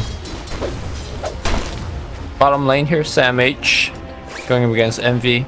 Nothing much the Nyx could do. I mean, even if he doesn't die here, I'm not sure overall how much farm he's gonna find. Yep. Ooh, Pilot, I was trying to scout this smoke rotation, but unfortunately he leaves just a little bit too soon. And 1437 and Tims, like I was saying, easy imprisonment into a couple of auto attacks. Cuckoo getting somewhat lucky on the procs. Will finish him off with that last orb. And that, I think, is what Fnatic were worried about. Nice smoke. DJ, meanwhile, just running some pulls down bottom. Not a whole lot that you can do as a Shadow Shaman before you pick up your boots. You know, you can kind of go and zap the offlaner a little bit, but DJ definitely needing to get access to those pulls, get the boots. Now he can actually go make some plays. Tims is down here for a little vacation, but I don't know if they can really put that much pressure on. I mean, Sam H doesn't have any mana to really speak of, so I think Tims is just down here to soak another level and then maybe go back to mid in a second. Cuckoo not opting for the like full imprisonment build, I suppose. I'm actually interested to see what build he goes for. If he does just leave it at one point in the imprison, or if he goes for the kind of farmy build with the Astral Imprisonment. Because I have seen a decent number of people like just max the Essence Aura and then go back for max Arcane Orb and kind of say screw it to the Astral. I think this game you definitely want to maybe take up your Astro a little bit more early on, because I do feel like regardless of farming or not, it's a very good defensive spell, and you definitely want to have it at a max cast range. I mean, the level 1 cast range is so bad. It's unbelievably bad. Courier in a little bit of trouble here. Universe doesn't have the guaranteed crit. Alright. I don't even know if it would have been a kill if he had it, but Witch Doctor just gonna grab some boots. Courier, where is it off to now? Actually, it looks like 1437 is going to deliver the wards to Tims. Makes sense. He's the one moving around. It's much easier for the position 4, and especially a mobile position 4 like the Earth Spirit, to go and plant the wards, as opposed to the Witch Doctor, who looks like he's just going to be hunkering down behind his Phantom Lancer up top.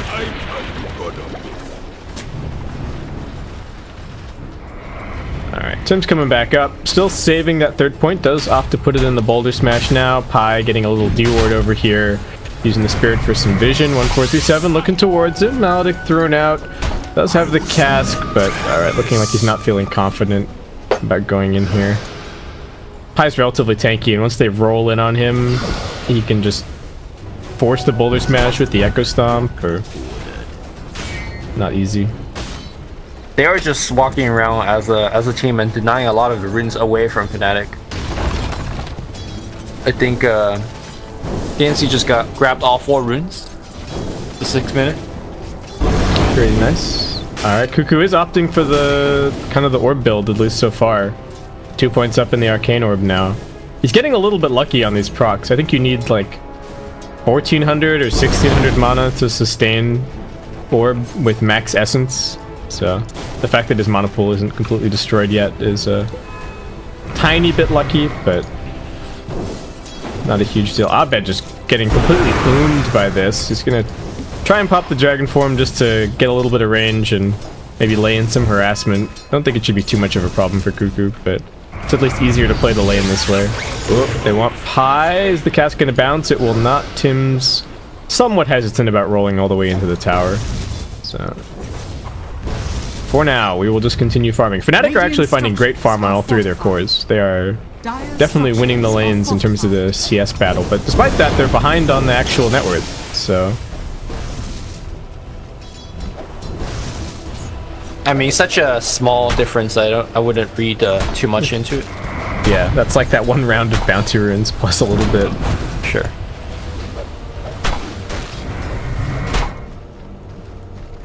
We got Dragonite just going for a drum. No treads just yet. DJ still wandering the map. Actually spots Sam H here trying to steal away the wave, but they're not really going to be able to stop him. And Tim's is also down here to act as an escort, so they're fine. How is the Brewmaster going towards his level 6? They're going to give him this bounty. That's going to get him a little bit closer. Not opting for the bottle this game, is actually just going to be grabbing up a Soul Ring and some Tranquil Boots instead. I was looking at some of S4's games recently with the Brewmaster, and he seems to just go bottle every single time. Though a lot of the time, I feel like when they're giving S4 Brewmaster, it's to do with the fact that he can kind of really heavily pressure the opposing carry and kind of take over the lane, secure the bounty runes for himself.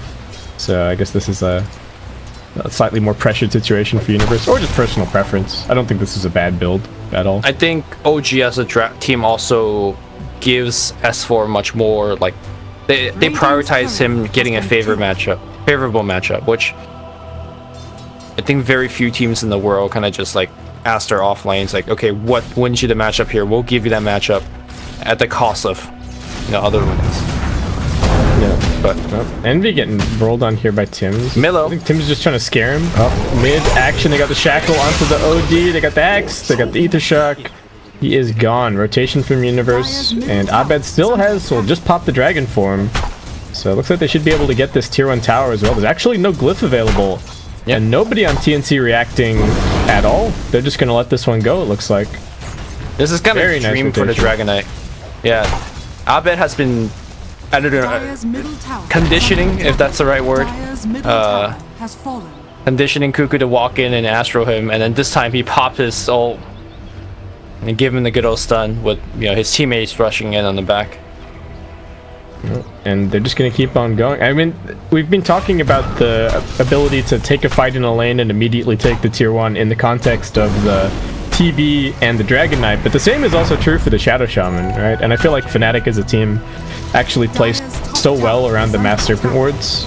They're willing to use tons of smokes in the early game, go and find picks, because they know that if they connect with even one kill, they can immediately follow it up. Sam H is using his first Vendetta and now following around Envy inside of the jungle. 1437 also running over here. There's the Maledict. They've also got the Cask. Is this enough damage?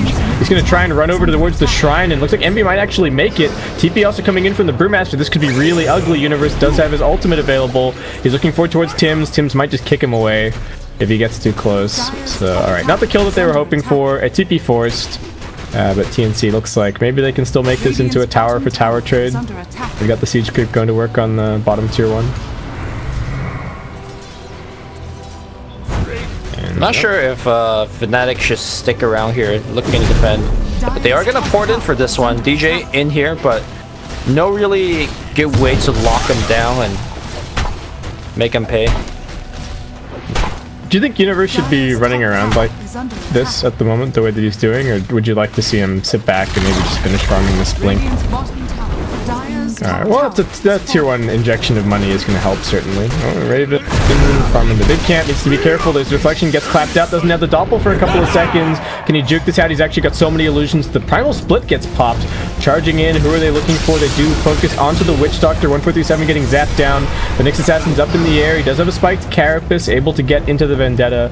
So he's going to be okay. DJ's a little bit low. Nuke going to connect over onto Envy. Sam H, is he going to go for this kill? Gets the stun out. Nice Hex reaction from DJ, but not going to be enough. Sunder comes through. Envy also just getting muscled down. Sam H still needs a little while for his next stun. Envy's quite fast. Just gonna juke his way into the trees. He's got his Quelling Blade ready to go. On the other side, Universe out of the split is getting focused on by 1437, and they can't quite seem to find Envy. Sam H had the stun off cooldown, but Envy was just a straight up TP out. Universe grabs a bounty and not afraid of 1437 at all. Just continues running over. Oh, Raven, going back for the Battle Fairy build again.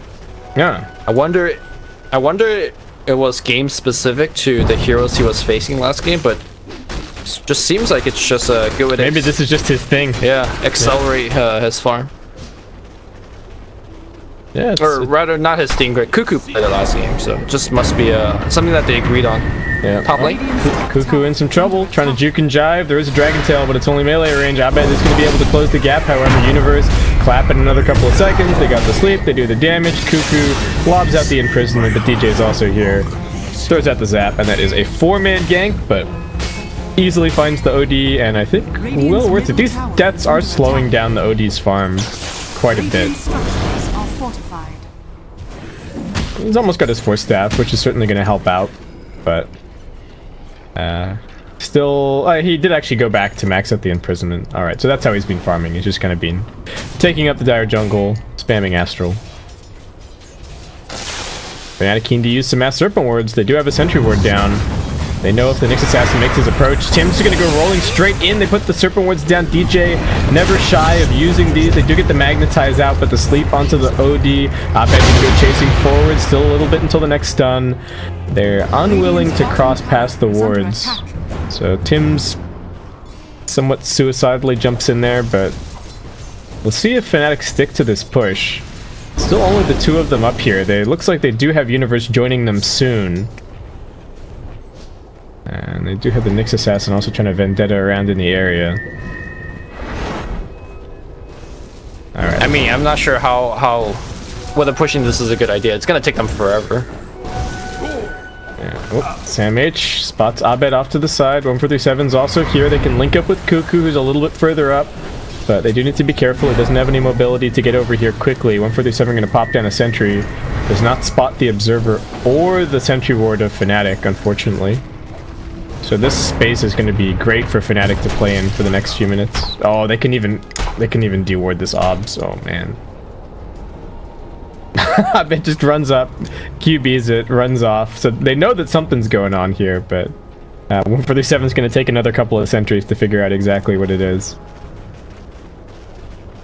Yep, and very similarly to what happened in the first series, Fnatic is just gonna send their Tier Blade in the jungle and just quietly farm. He's gonna show up and defend a building here and there, but that is not gonna be his primary objective. I say that though, he is rushing towards mid, pops a reflection, and looking to zone Cuckoo back away from his building. Yeah. 1437 meanwhile is back behind the tower. They spot Envy coming over here. He will be able to step the stun.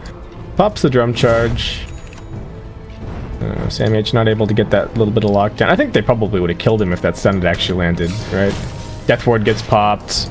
Tim's is right there. Plenty of lockdown. He's quite tanky with the drum build, 1300 HP on strength treads, but I think they still have enough. It's still very keen up top. They do finally have this Universe Blink, but he gets imprisoned immediately. Tim's using the silence onto DJ to prevent the Mass Serpent Wards coming out. Universe just going to turn tail and run for it as Sam H now comes TPing in. Very good reactions from TNC. That looked a little bit disastrous, but they turn it around. Cuckoo now has his 4 staff up, which is certainly going to help with the counter initiation, and Raven. This has got to be one of the biggest features of the Battle Fury, right, on the PL, that you can just clear Ancients. Not really something that you can do with any other build. Like even with a Yasha, I don't know if you can necessarily stack and clear Ancients yourself. Man, Fnatic, big commitment for this Roshan. Everything popped.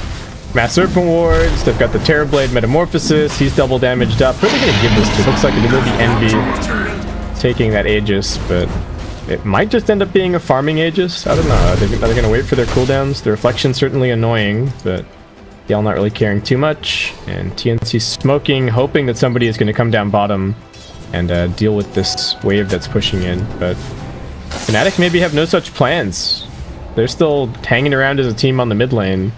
Probably eager to make use of the primal split. Universe gonna go retreat up to the high ground with the rest of the team, and Fnatic, with only a few seconds of metamorphosis left, will continue this push in. There is a glyph available. Cuckoo with the force staff actually gonna go forcing in, gets the imprisonment off onto Envy, but now he's in a really jeopardized position, losing half of his HP, immediately gets stomped up, and looks like he might just get right-clicked down. I don't know what Cuckoo was thinking. He does manage to tap the shrine. He's also got an imprisonment, but no, just gets right-clicked to death.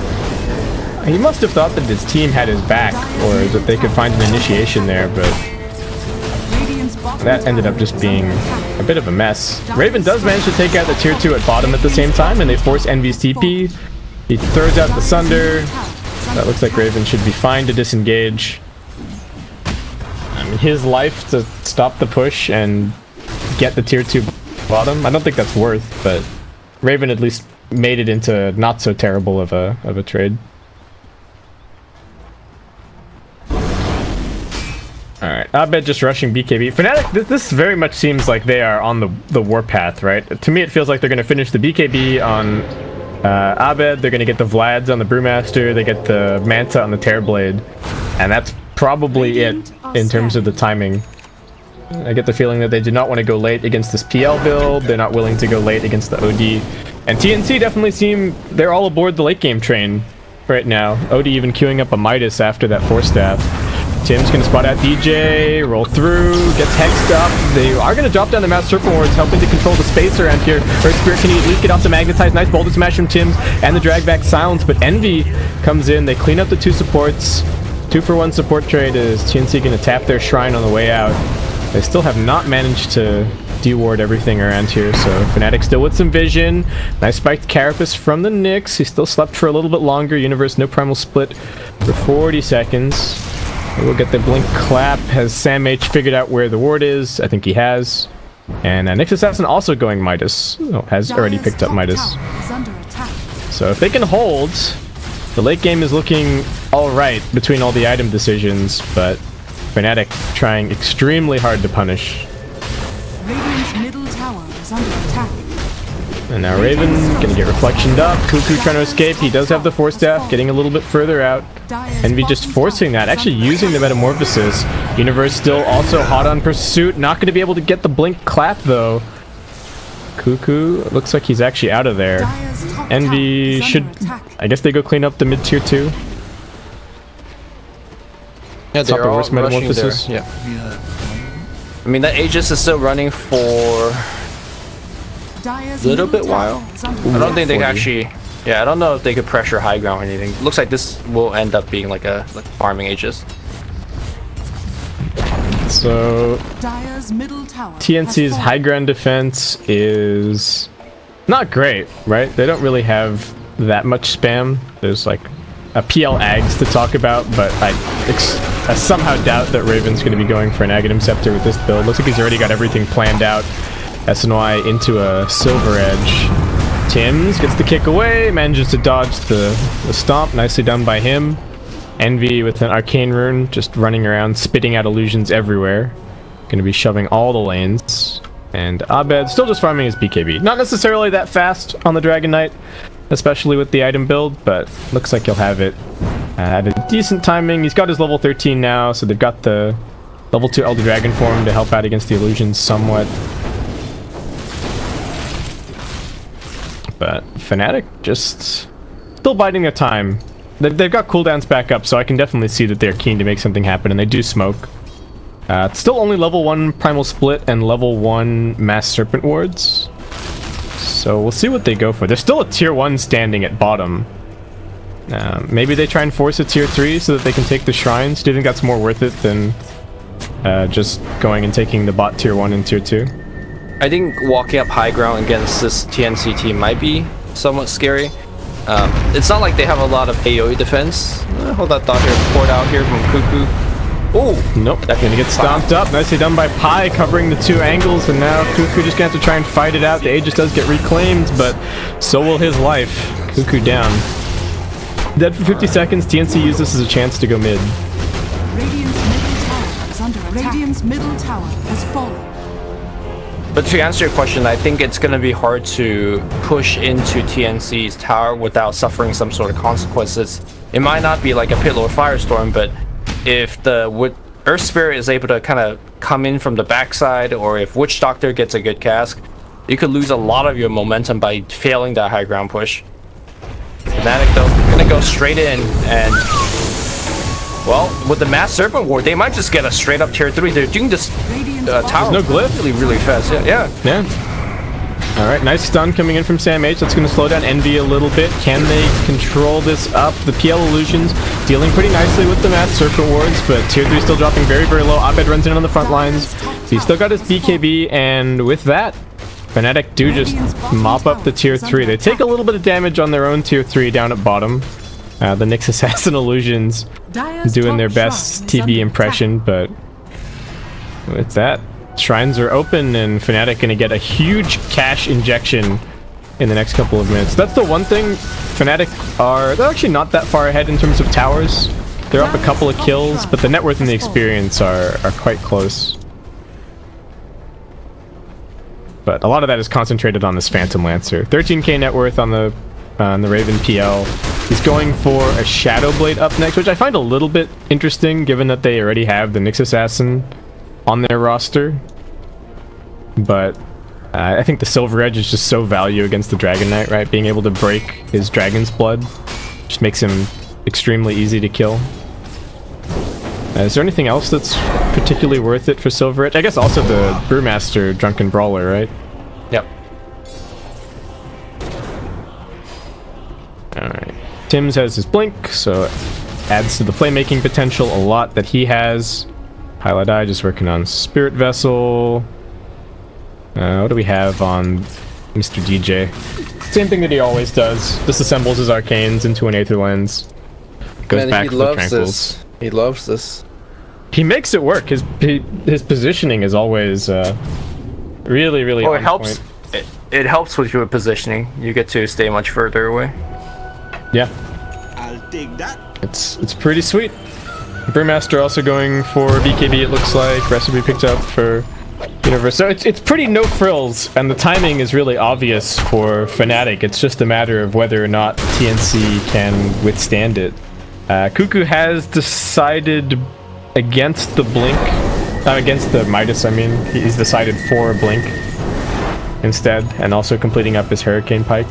That's the best way to defend your high ground as an OD. Yeah. Blink Pike. You blink right next to a hero that's sieging you, you pike, you well, push them back, and you push yourself back into your base. You get 4 hits in, and you get a ton of int still. And you do that as many times as you possibly can. Once the fight actually happens, then you're loaded and ready to drop the hammer. And of course, you know, you do hit pretty hard.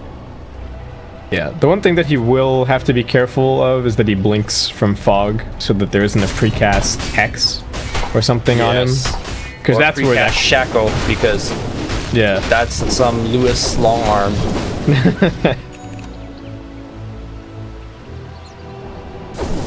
Alright, well there's the blink, so that combo is at least somewhat available now. Tim's split pushing on his Earth Spirit is going to get the roll and the blink away, TP out.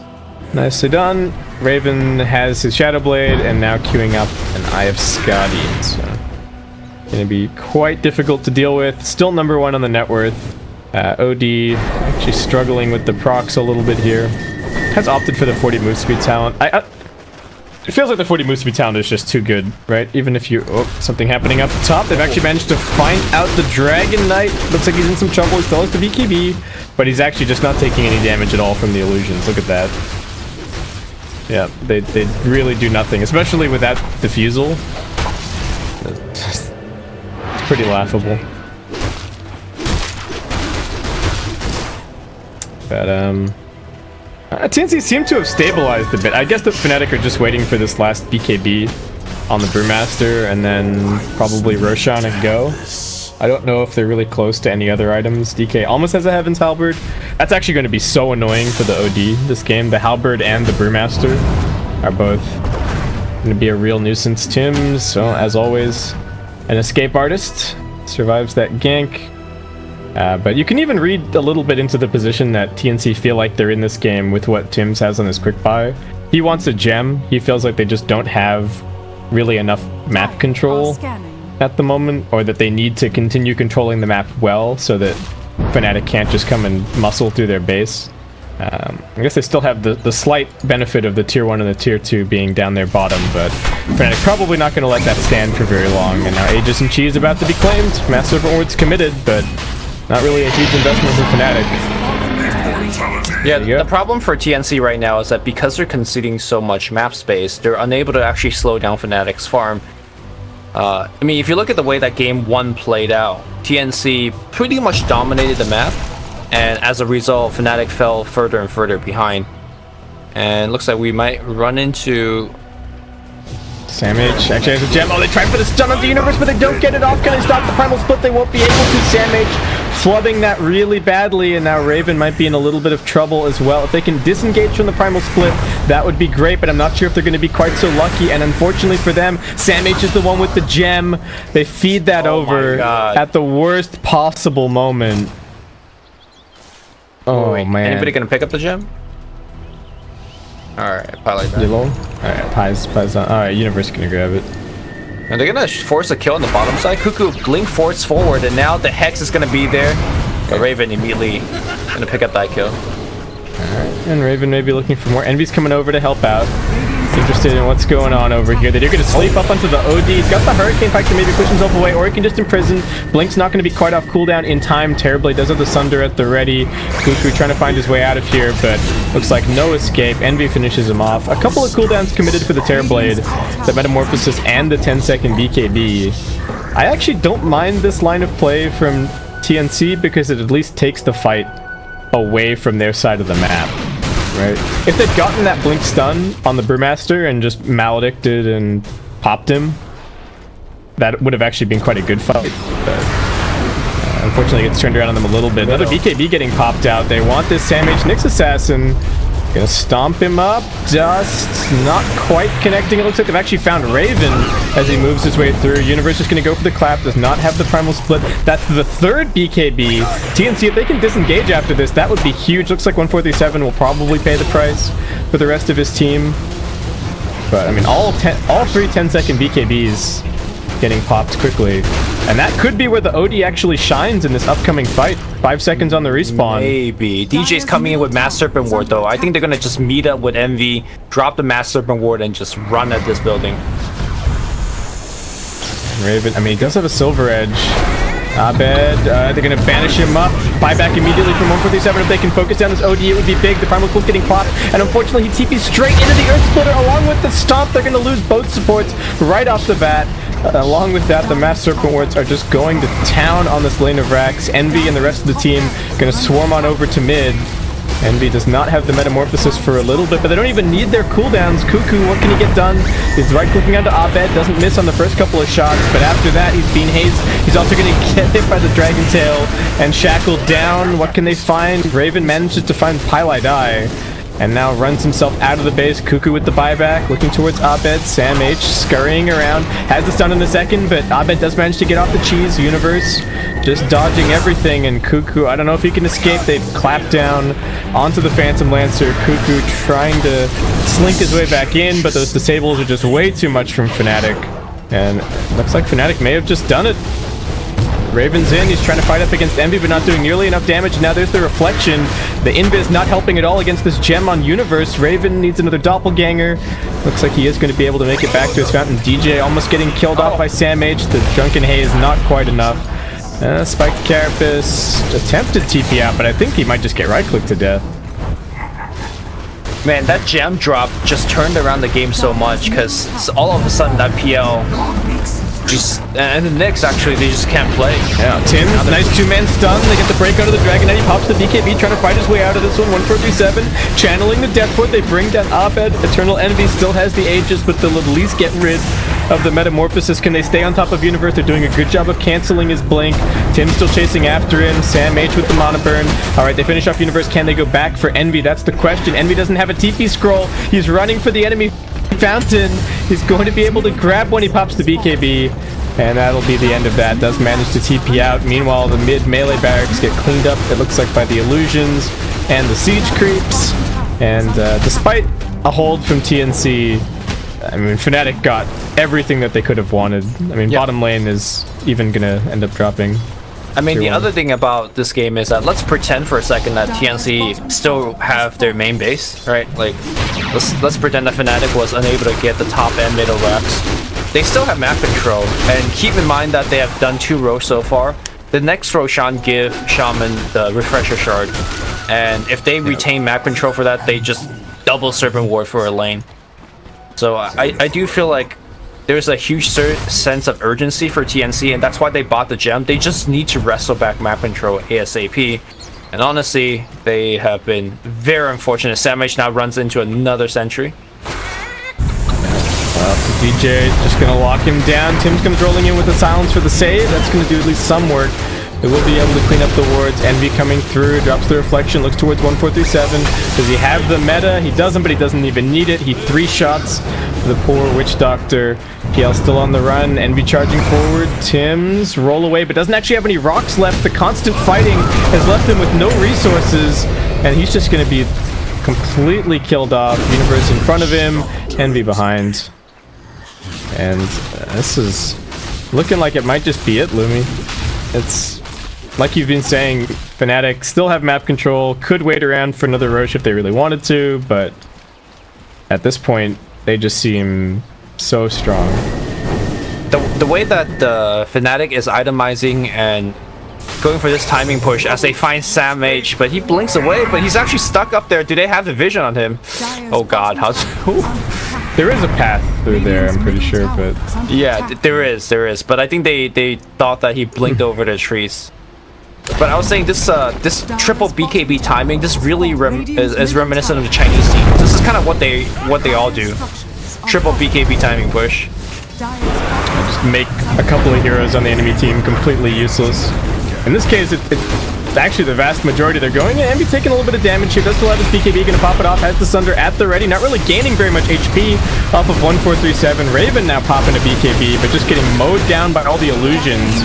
And Abed standing strong in the front line, still has his BKB at the ready. Raven needs to heal up. 1437 doing his best to help him out. Cuckoo with the Imprison. Did not have the Hurricane Pike off cooldown, so can't shove Abed outside of the base. They get the Dragon Tail onto the Witch Doctor. 1437 just brought down. Universe pops the BKB straight into the Primal Split. Just knows that he has to run interference for a couple of seconds, and Fnatic will be able to clean up this lane of racks. And yeah, with that, 1437 gonna tap out, call the GG, and see if they can do a little bit better in game 3. What do you think went wrong, Lumi? Too greedy of a draft? Didn't do as well as they thought in the lanes? TNC just looked... Yeah, it didn't look good at all. Huge contrast between game 1 and game 2.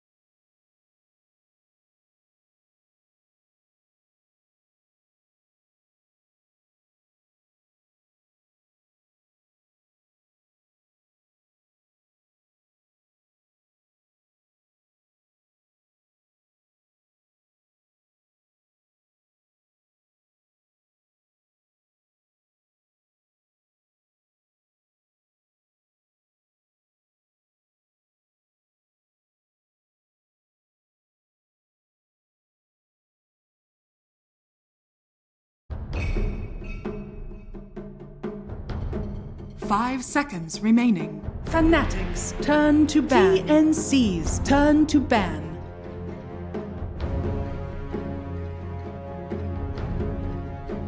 Fnatic's turn to ban.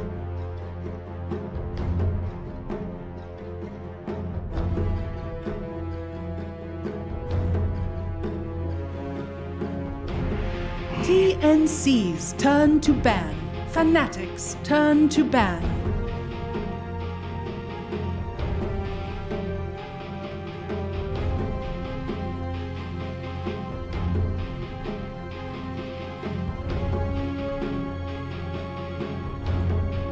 TNC's turn to ban. Fnatic's turn to pick.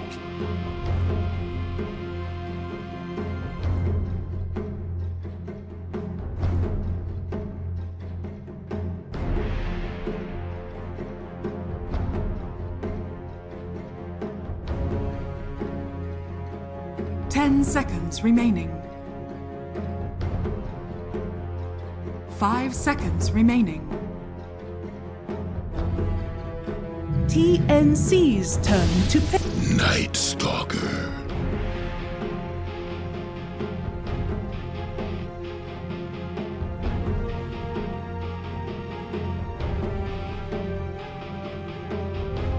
Everyone, welcome back. It's Bucharest Major 2018 SEA qualifiers. We are here in TNC versus Fnatic.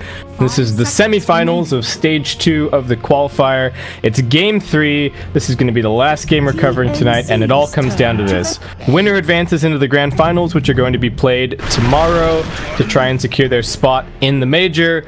Losers going home, and that's the end of their run, unfortunately. TNC have a little bit of a score to settle. Fnatic did qualify over them in the grand finals of the ESL major SEA qualifiers just the other day.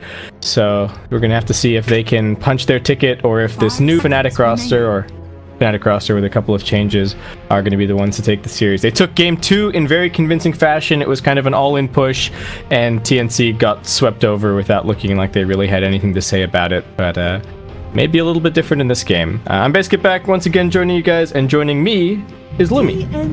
TNC elects to ban out both Shadow Shaman and the Elder Titan. And that's going to free up the Night Stalker, which is actually the first time we've seen him, I think. This is the first time. Couple of days. Yeah, this is the first time they've picked it in the last few weeks, like the last week plus, I think. Fnatic normally are the ones that just ban it every single time, but yeah, this time it sneaks through. Yeah, so it's actually DJ's one of his best heroes. It's just that they could never actually leave in the pool if they don't have first pick. And it's also one of the heroes that's most commonly banned out anyways, because he is so obnoxious and powerful to play against. But TNC answers right back with probably one of the strongest opening you can have. Bane Tiny. And then the Brewmaster. Yeah, I'm a little bit surprised not to see the Lycan removed, but well, I guess the thing is that TNC could pick it themselves. I don't know if either of these two teams prioritize it that much, but it is certainly very strong when you've got a Night Stalker in the game, getting the bonus value on the Howl. And it seems like a hero that's been trending a little bit recently, both in pubs and in professional play. I guess it remains to be seen if we'll see it in this game. Fnatic does play Lycan, and TNC does so as well, but much less than Fnatic. Fnatic actually does run Lycan quite frequently. I think they picked it up at least once in the last 2-3 days. Yeah, I would not be surprised to see it here at all. They got the Brewmaster again. That seemed to work out quite well last game. Universe just kind of got his Soaring and Tranquils and then went running around making stuff happen, which it seemed to be. I guess that's the one thing as well. I'm not saying that this team is like significantly different from the incarnation with Ohio, but it is certainly much easier to play 5-man Dota than it is to play almost any other style. So if you're worried that you're still figuring out communication or anything like that, if anything's changed since they've changed players, then 5-man Dota might be the way to go. And I think Brewmaster is just a great hero for that. Also, he's got the HP talent at level 10. I think he's actually, for most Brewmaster builds, I think you're probably out of range of like Tiny's one-shot combo. Maybe if there's a little bit of extra help in there from the Nyx or the Bane, that's where you run into trouble, but it's probably not too terrible against Tiny for that reason. You can get comboed, maybe survive, and get your ultimate off. Tiny also doesn't love buying BKB, that's the other thing. And this game, there's already going to be miss from the Night Stalker, there's going to be miss from the Brewmaster. Any right-click hero that they pick is going to be in for a not-so-fun time. And at the same time, you got the Savage Resistance, so true. It might not be like the most important, most effective thing to throw these kind of pseudo-disable at them. But looks like we still relatively have a similar draft here. Nyx Assassin and PL being picked up. With the Bane, the Nyx actually can be a very strong 4 because the Bane sets up for the Nyx for initiation. And then now TNC could do a final pick for Sam H and get a very good AoE if they don't want to fall to the same strategy that they did just now. Meanwhile, with the Rubik pickup, this is going to mean Pylai Dai will be playing Night Stalker. Again, Night Stalker traditionally a 4, but it seems like Pi is just playing these 4s now as 5s. And he's been getting away with it. ET, of course, is the most popular run that they run. And then we saw him play Doom earlier, and most likely he'll play Night Stalker here. This is a better Rubik game, I think, than the earlier one. I think there's a little bit more to steal. Bane is quite good, but both teams kind of sticking to their guns, huh? Like TNC going for the somewhat comfort picks, bringing in the Nyx Assassin and the Phantom Lancer, and Fnatic somewhat going for the if it ain't broke, don't fix it approach of just jamming the same cores together so far. That Lycan does get banned, and I think for very good reason. It would have fit in just fine with what Fnatic are looking to do this game. And I guess we'll have to see what the Envy hero is going to end up being. 5 seconds. They could. I mean, the TB's banned. What Lycan's else? banned. Yeah. They could just like gyro, but then these may be a bit susceptible to some of the burst. Yeah, Fnatic worried about that switch up of the Nyx Assassin going to 4, and then just a big AoE team fighter coming in for TNC in the last spot. I don't know of any. Nothing really jumps out as a great replacement for Tide. Oh yeah, the Monkey King maybe for Fnatic. But what about replacing that Tide or something similar on the TNC side? Because they can't really, like, Void feels too greedy. I don't think Centaur necessarily fulfills the same role. It's close, but not 100%. I mean, maybe Magnus, but it seems like a really hard Magnus game against Rubik, against Night Stalker.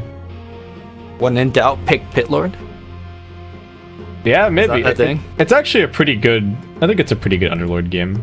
Yeah. Except for the fact that you might be giving away Firestorm to Rubik, and he's going to get farm with that. But I mean, that's. You just have to deal. I don't think that's enough of a reason not to pick the hero. But TNC's is it going to be the Monkey King again? No. All right, Fnatic picks Sven. The traditional counter to PO. Okay. I wonder if we'll see Battle Sven this game, or like a less farmy build. Armlet Blink, or probably just gets the Mask of Madness, I guess, like MOM Blink, something like that. It feels like he does need to try and line up with this Dragon Knight Brewmaster timing. They're probably going for that BKB, but like overwhelming BKB timing again. I think it's harder to do it this game because first you don't have a Terrorblade, so you can't siege as easily, and you don't have the Shaman, so you actually lose out on a lot of pushing potential, and you have triple melee. I think if you could go for the triple BKB push, yes, it can work. It's just that when it does.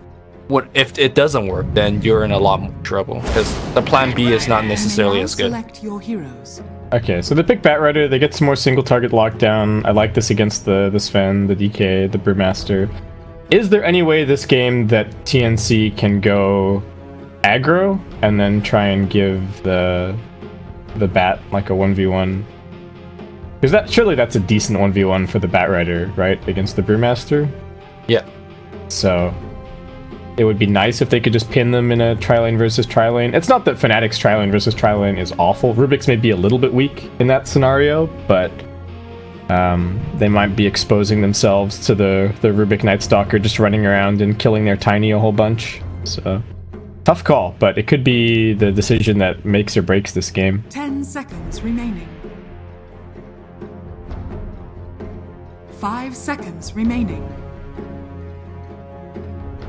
I'm not sure if you could aggressively trialing against Fen and expect to get kills.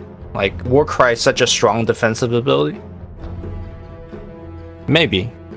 I think what we're likely going to see is that if they do run offensive, 1437 is going to start mid, poke in that lane for a bit, and then go back to whichever lane that he intended to go to in the first place. Yeah, seems pretty likely. Abed probably not going to be too susceptible to the... I mean, he's not going to care too much about getting enfeebled and whatnot, but they do have really good kill potential in the sense that they can like run up a Nightmare and then toss him back to the tower.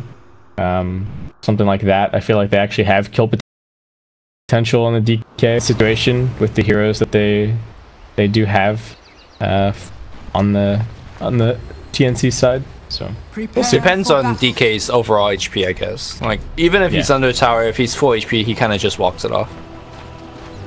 Alright, well, Cuckoo with the good luck. Both of these teams definitely want this win. They want to make it to yet another major. There's those sweet qualifying points on the line. Of course, this isn't the game to qualify. You got to win this game and then either execration or clutch.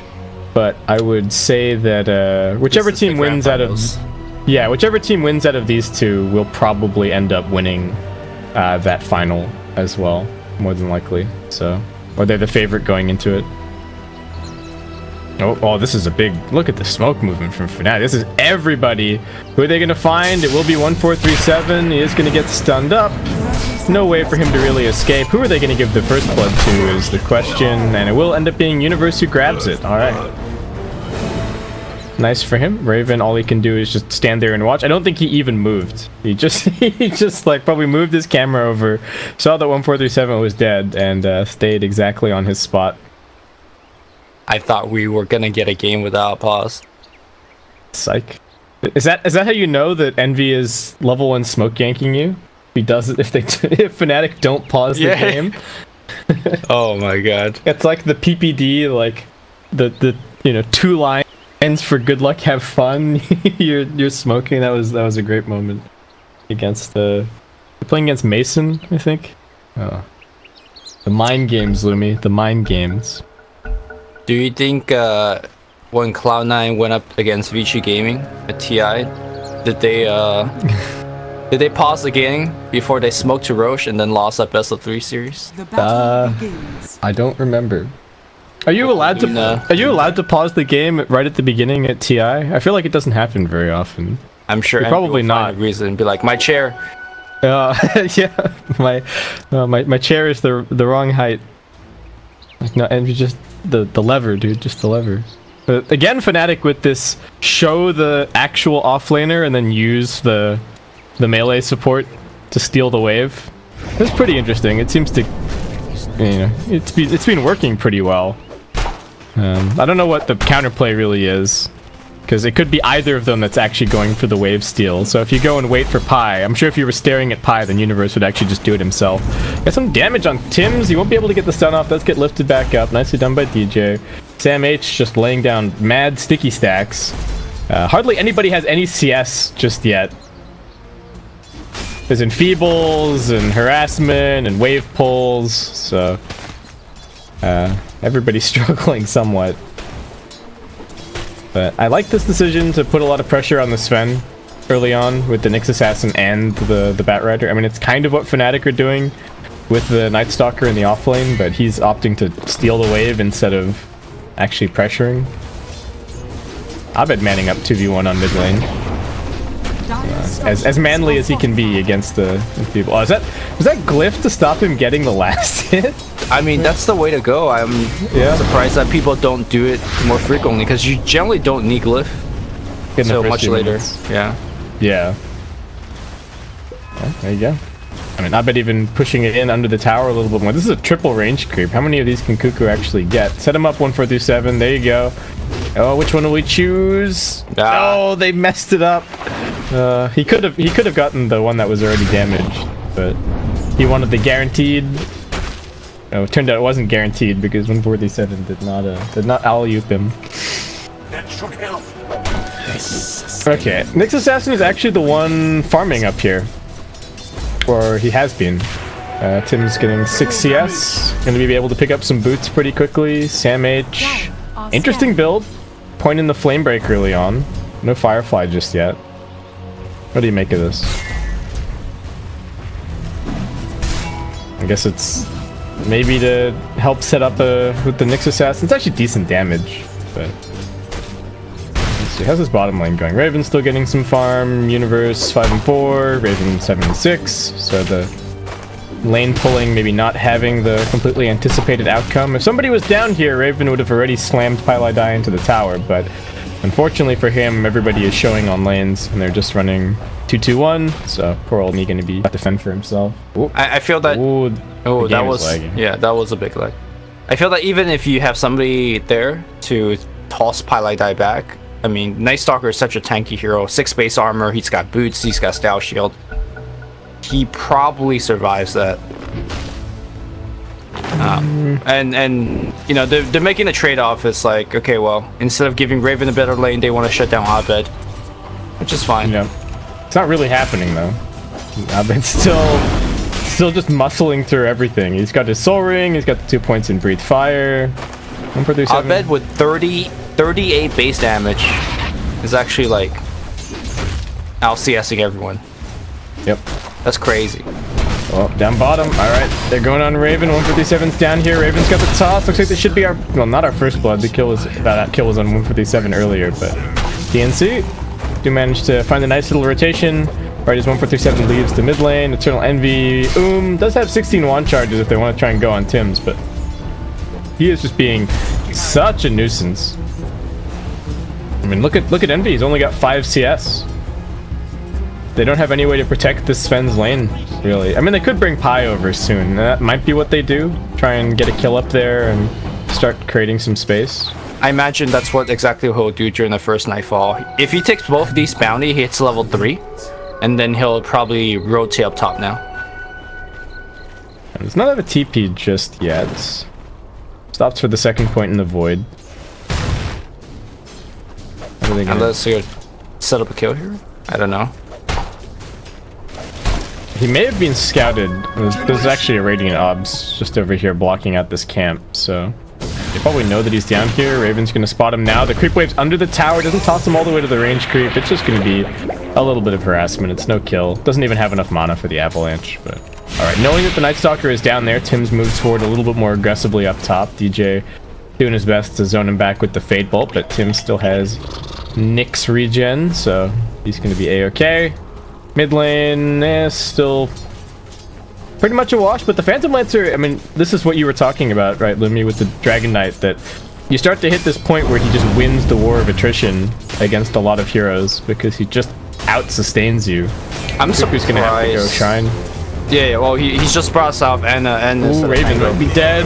Universe one more touch at bottom. 147, not able to keep him alive.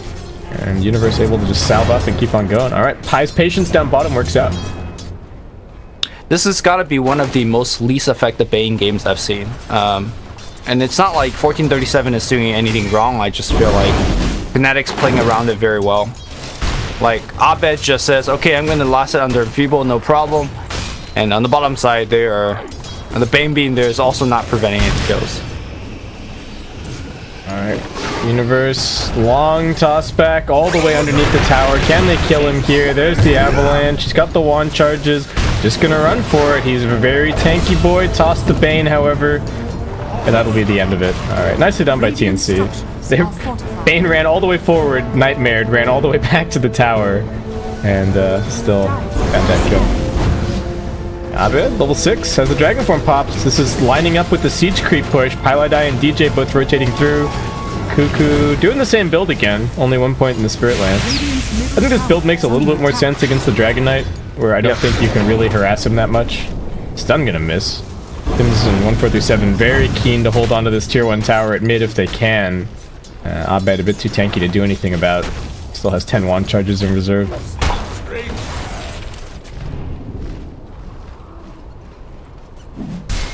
So an attempted push by Fnatic. They got some pretty worthwhile damage on the tower, and they forced the support rotations.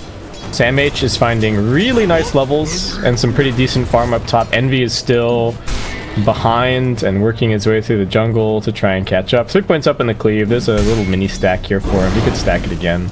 I think he may have gone too early. Nope. Alright, nice. Gets another round of pretty good creeps with the ogres. Should not doubt his Eternal Envy's carry. Oh, Raven. Alright, there's the Ava. The toss is actually on cooldown. 147 with the Nightmare. Throws at the Enfeeble. Ally Die not gonna be able to do too much more. And only 40 more seconds of this first nighttime left. Surprised that they gave top no attention at all. But I guess with Sven in the jungle, DJ could just soak. And they call it a day. Well, they're looking for Abed here at mid. They don't have the lasso just yet. They're trying to run him down with the drum Bat Rider. Abed was sitting there faking the breathe fire for like 10 seconds against Tim's. And then I don't think he actually got the Carapace Reflect. Or maybe he did, but still not enough. Abed quite tanky on that Dragonite, gonna take a pretty big investment to kill him. And I don't know if he's been stacking this with the breathe fire the whole time. Okay, he doesn't get it that time. So they are just setting up stacks for Envy to try and catch him back up into this game, so they can kind of drag him along. Radiant's bottom What else is happening? Raven, only 24 CS. Still working his way towards his initial couple of items. Not clear at all what the build is going to be for the Tiny. It does look like the Phantom Lancer might be going for the... Well, I don't know if he's actually going to go for the Battle Fury this game. It feels like Fnatic's heroes are actually very susceptible to the Diffusal Blade Mana Burn, right? If you can Mana Burn out the Brewmaster before he gets his ultimate off, that's very scary. So I'd like to see the Diffu, but... last 2 games, it's been Battle Furyville, so... I think it's pretty hard to actually get so many illusion attacking the PL, or not the PL, the Brewmaster, unless he's stunned. But if he's stunned, he's probably just dead too, right? Probably. I guess maybe they already have Mana Burn covered on Tim's. He's been spamming it like a madman, just making life a bit more difficult. They're getting a Nightmare up on the Dragonite. They've already got 3 stacks here, but there's a bunch of TPs. Stone only onto 1. Samage committing pretty hard, but there's mass stuns to try and burst him down. DJ also completes his TP, gets the lift back, and now Abed not stuck up nearly enough. Still has all those wand charges. Fnatic just TP'd literally every hero to mid lane. They're going to pop the Primal Split. They're looking for this Nyx Assassin kill, waiting for the boulder to cool down, bring him back down into the silence, and Tims will end up dying. Maybe just an overextension from TNC there, or maybe they were not anticipating that there could be that many TPs to come and defend. But Abed gets to use the ultimate to pretty much take out this tier 1 at mid. And 147 manages to hold on to it a little bit longer, but that damage is still adding up. Dire structures are fortified. And now we got the drum for Abed, looking like the same kind of build as last game, at least so far. Interesting to me that he opts for the drum before picking up power treads. I feel like my intuition on the situation would be that, oh, you can use the... Oh, Hi's dead. But you could just use the power treads to stretch your soul ring, right? But I guess the drum is just such a value item. He just used the Dragon Tail to get a CS. Did you see that? Yeah, man. This is 25 damage. Yeah. How do you think he's been CS? This whole time, it's just been the Dragon Tail. He's got the Arcane Rune. With Dragon Tail, yeah. No. Yeah, we don't actually think that. There's no flame. Brewmaster doing pretty well on the farm. 1,500 gold towards this blink. I mean, that's one of the universe's strength. Like, he is such a stable player. You throw him in lane, especially in a decent lane, he is gonna get farmed. Alright, no sign of the Phantom Lancer's build just yet. I don't know if the last 2 times they actually, if Kukur and Raven got all the little items, like when they were leading up to the Battle Fury, or... Yes, it's they did? Face Boots, Aquila, no drums. Was there drums? I don't remember there bringing drums. And then they'll go Battle Fury. No. Yeah. Alright, we're just holding onto this tower with the haze. Tims has spotted Envy over in the trees. He's actually farming relatively low. They need to land the stun. Cuckoo rushing over. The land's not doing that much damage, but the mana burn finishes him off. Abed arrives now with a TP. DJ as well. Looks like they were smoked elsewhere. Pylai Dai was actually trying for some kind of a wraparound. They try and push him down onto the low ground, but he's going to be fine, escaping with the Hunter in the night.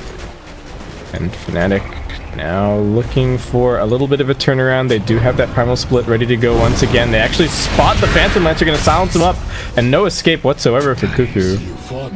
He's just dead. Alright, the smoke still connects. Not quite in the way that they were expecting it to, but definitely the kill that they were hoping for. Now Tim's hunting in the mid lane. DJ could be a fairly easy kill, but looks like they're gonna go for 1437. Was it a bait? Oh, I can't even get the initiation. Envy has a double damage. Wanted to try and come and do something, but looks like instead this is probably a good opportunity to use this to just take the Ancients, right?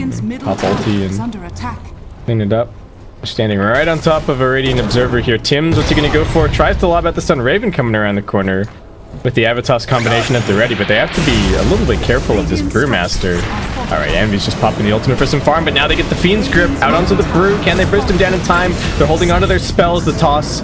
He's dead before he hits the ground. On the other side, Rubik's managed to steal and grip, and he's got the Batrider trap inside of the neutral. Sam H is going to be brought down. They do manage to finally Nightmare up DJ. But that is the beauty of playing the Rubik against the Bane. No way for him to cover the Fiend's Grip really at all. And now Tim's looks like he might also get caught. Spiked Carapace is the steal. Get the lift back. Don't give him the opportunity to use the Carapace of his own. He does have the Vendetta. Does DJ have any detection? Nope, he's a greedy support.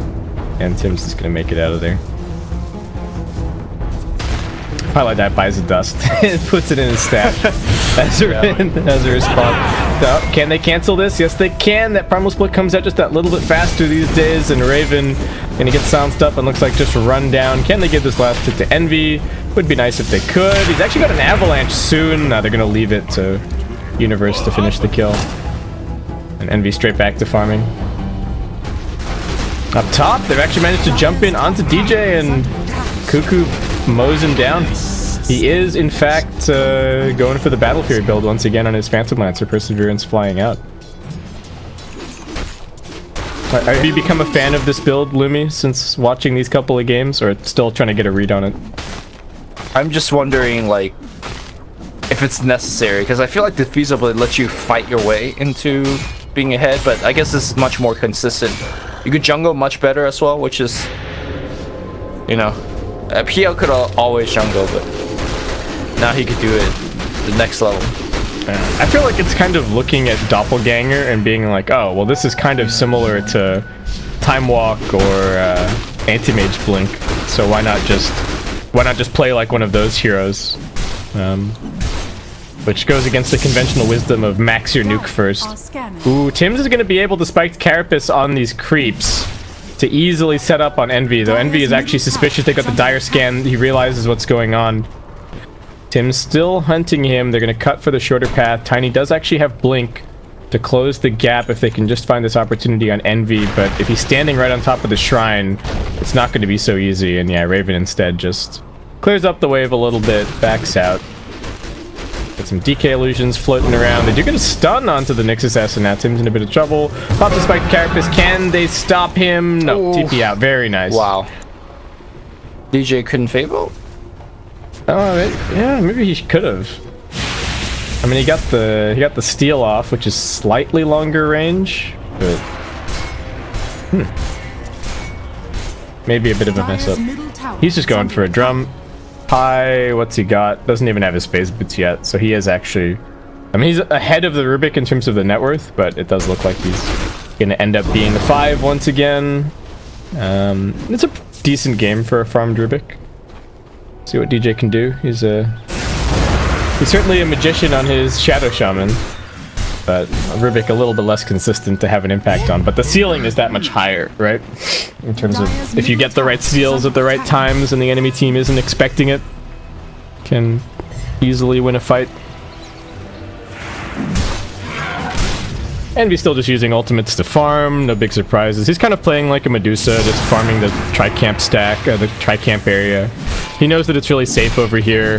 It's hard to go on him.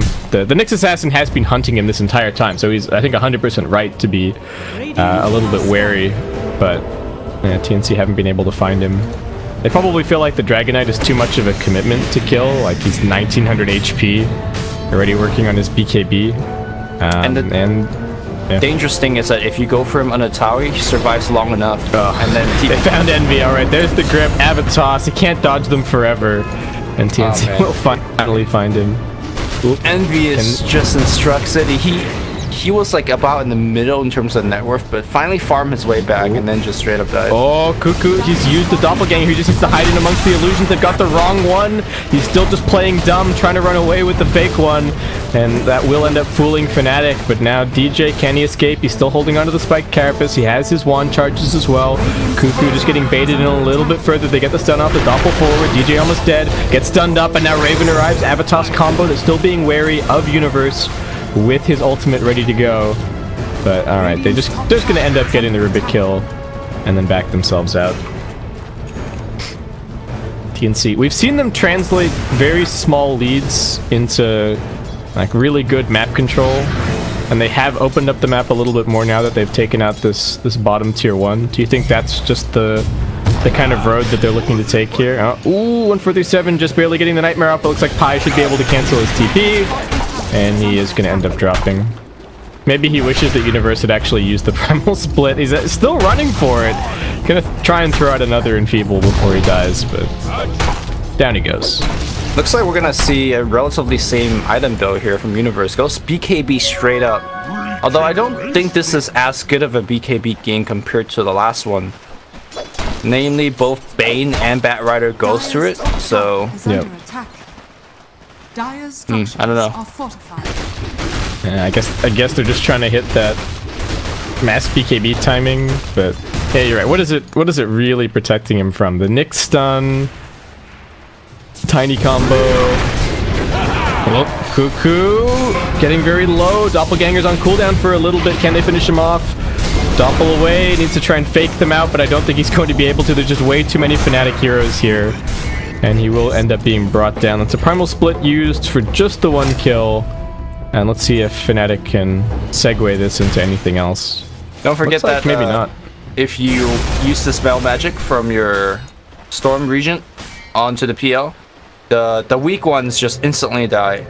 And the ones you get from Doppelganger take a significant amount of damage, so you could quickly and easily tell which is the real hero. Action on mid. Steal off onto the brain sap. It looks like MH might just be able to nuke him down here. No, the sap, and he didn't make it down onto the low ground. DJ surviving. I mean, I don't think the brain sap even made that much of a difference, but Sam H using that. I think that was his blink reveal as well, and they didn't even get that kill. That's not a good look for TNC, as they also end up losing 1437 in the chaos. Abed now has his BKB. Envy has finished up his Echo Saber. Now queuing up a blink, so still a couple of items, so still the blink to go until we look at the BKB, I guess. But a double damage for Abed. Looks like this might just be farming though. The problem with all of these early BKBs that we're seeing here from DK, from Brewmaster, is that the opportunity cost of getting these items is that you're foregoing a farm item. So if you go for the early BKB, you go for a base push, it doesn't work out. Not only are you down a couple of BKB charges, you also down a bunch of gold that you would have gotten if you just like farm for, I don't know, a Shadow Blade. It lets you hit faster. So I've already expressed my concern about the all-in push, and I also don't think that BKB is as good of an item here compared to... Alright, last one, number 2. They want Abed, who's very tanky. He will be able to get the BKB off, or perhaps not. There's the Fiend Script coming in. DJ, what can he steal? The BKB does come out now, and Abed able to turn around a little bit. The Phantom Lancer, the Nightmare is there to save him. Can he get the Doppelganger off? He does! It dodges the stun. 1437 making some sick plays. They bait out Fnatic spells, and now they're able to disengage. They didn't get what they were hoping for, but still forcing the 10-second BKB charge on the Dragon Knight and having it not do anything while Cuckoo is able to just go right back to farming. I'm gonna call that a win for TNC any day of the week. I don't disagree.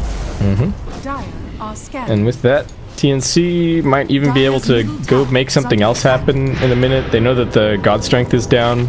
Still really waiting on Envy to kind of come on. He's still got such middling net worth, given that he's a Sven and his team has just been telling him to farm this whole time. Or maybe it's Envy telling his team, hey guys, I'm just farming.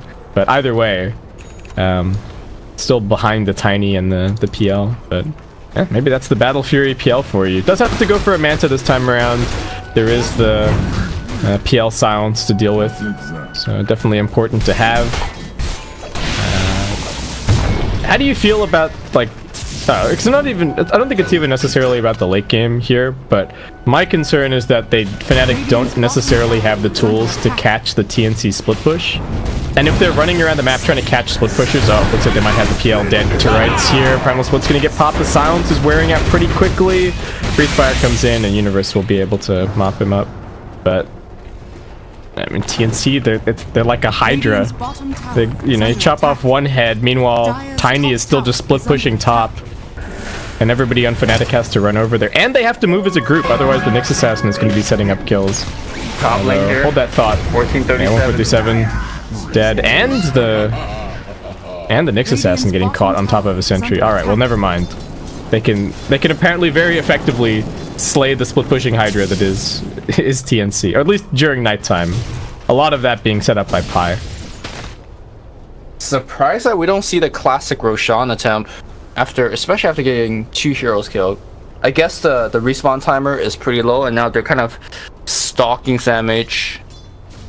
Do they see him? Oh, blink in, blink away. Nicely done.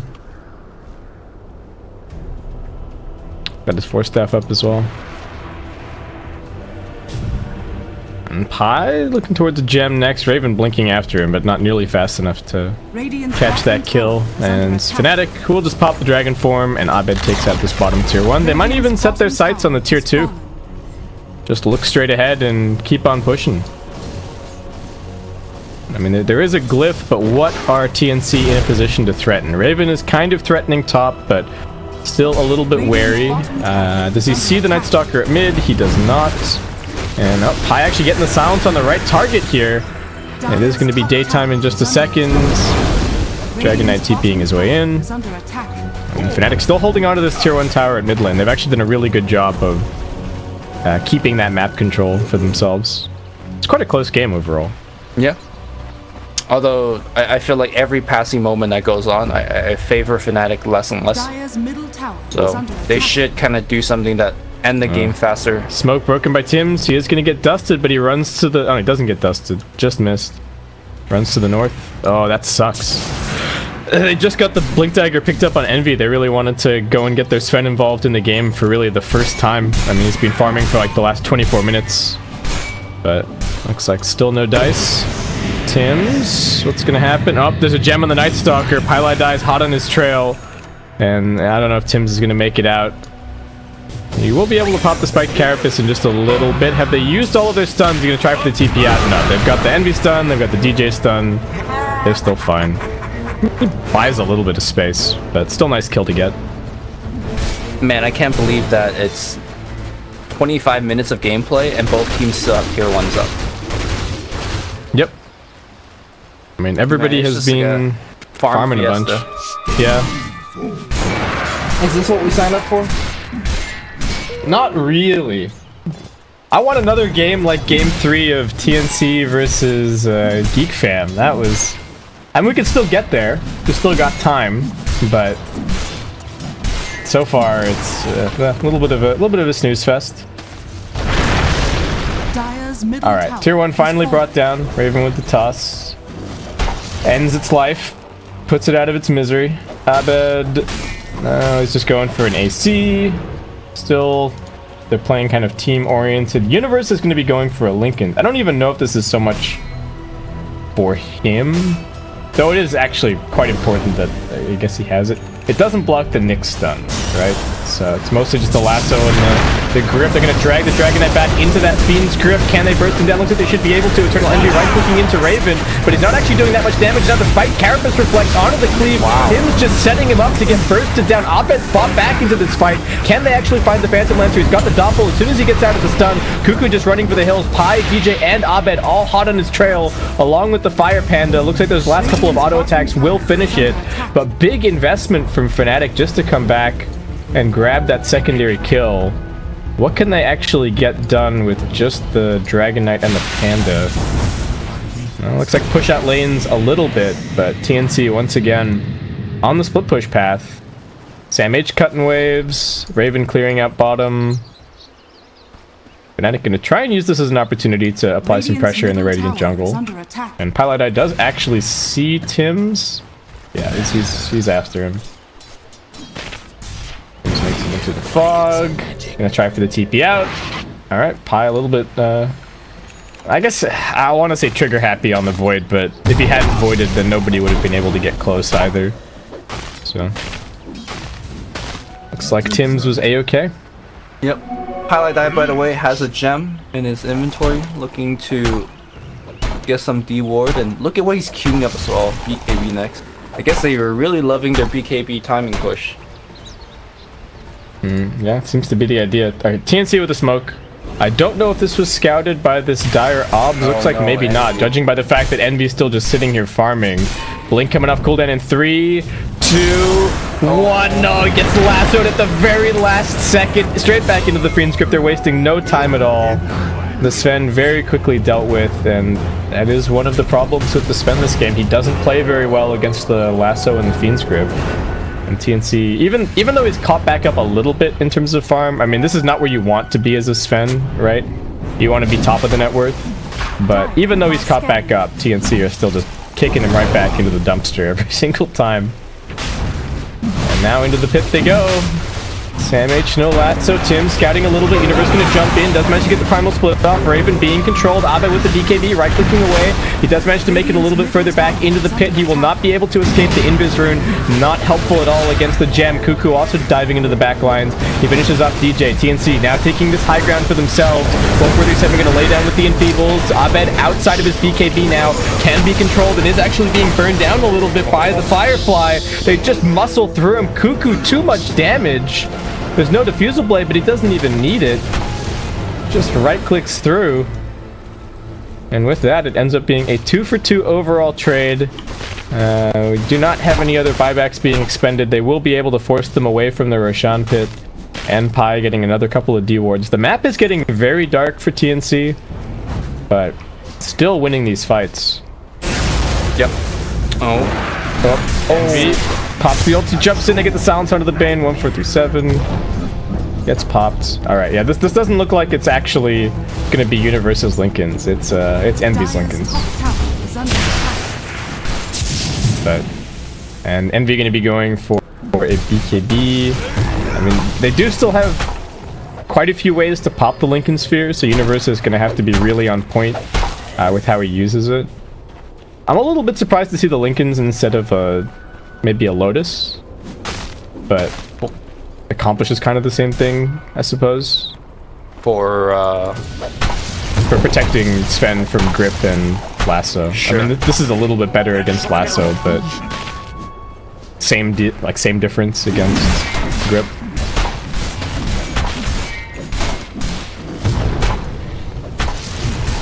That I guess the uptime is another factor, right?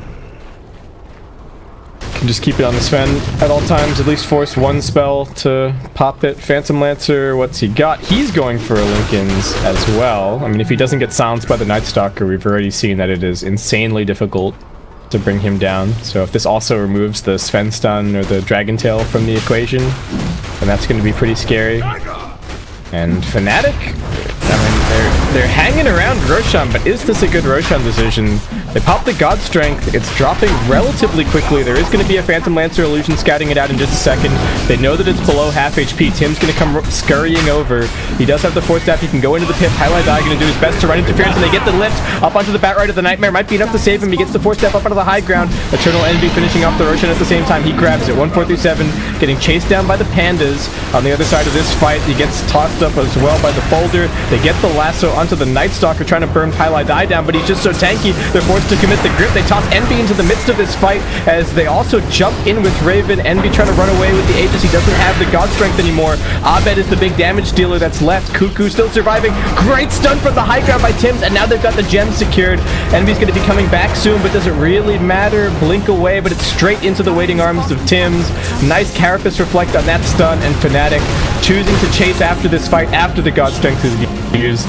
Turns out to be a disastrous decision, and TNC will mop them up even with the Aegis. The PL is just doing so much damage. Like, the fact that he can just stand there and kind of right click is working wonders. Like, it's a pretty defensive build, but he's just right clicking. I mean, the Battle Fury has a ton of right click in it, so yeah. He's actually doing, I think his main hero is just doing a ton of damage, and everything else is kind of a distraction. Like you're saying, it's the stat growth as well. It's gotten him to a really high level really quickly. He's already level 24. Yep. And once he gets to 25, getting the crit talent for himself in the Legions is gonna make him crit even more. Yeah. I feel like I need to watch him in these fights to see if he's like abusing the Phantom Rush in a particular way or something to get all the damage that he's getting out, because something is going on. People are melting, and maybe it is just the build and the fact that he has so many items. Like, maybe my expectations for PL at this point of the game are Manta, but he's actually got another item on top of that courtesy of the Battle Fury. So yep. I hope I don't see this in my pubs, but it seems to be working for Cuckoo. He knows what he's doing, that's for sure. Like, I'm sure in my pub, somebody would use the Doppel to try and blink into a camp and then farm, and now they don't have the Doppelganger to escape, so they get stunned and just die. And just chain feed. That sounds about right. For now, TNC getting carried on the back of Cuckoo. I mean, not to mention Raven as well. We've seen some pretty slick tosses in these fights, putting the Sven out of position. That was probably the best thing that TNC did in that fight, is that they managed to kite it. Whoop. No, that's not the button that I want. Nope, not that. Whoops. That one. They managed to drag it back over towards the secret shop. And from there, it was just so difficult for the Dragon Knight to kind of push up the hill and keep doing damage, and the Sven was also getting kited. Sven's got his BKB now, 10-second charge, ready to go, but still have to be wary of the Fiend's Grip and the lasso. TNC now with a heart on Tiny, oh my god. Raven is actually huge. They're gonna force out the glyph, Envy just waiting over in the trees.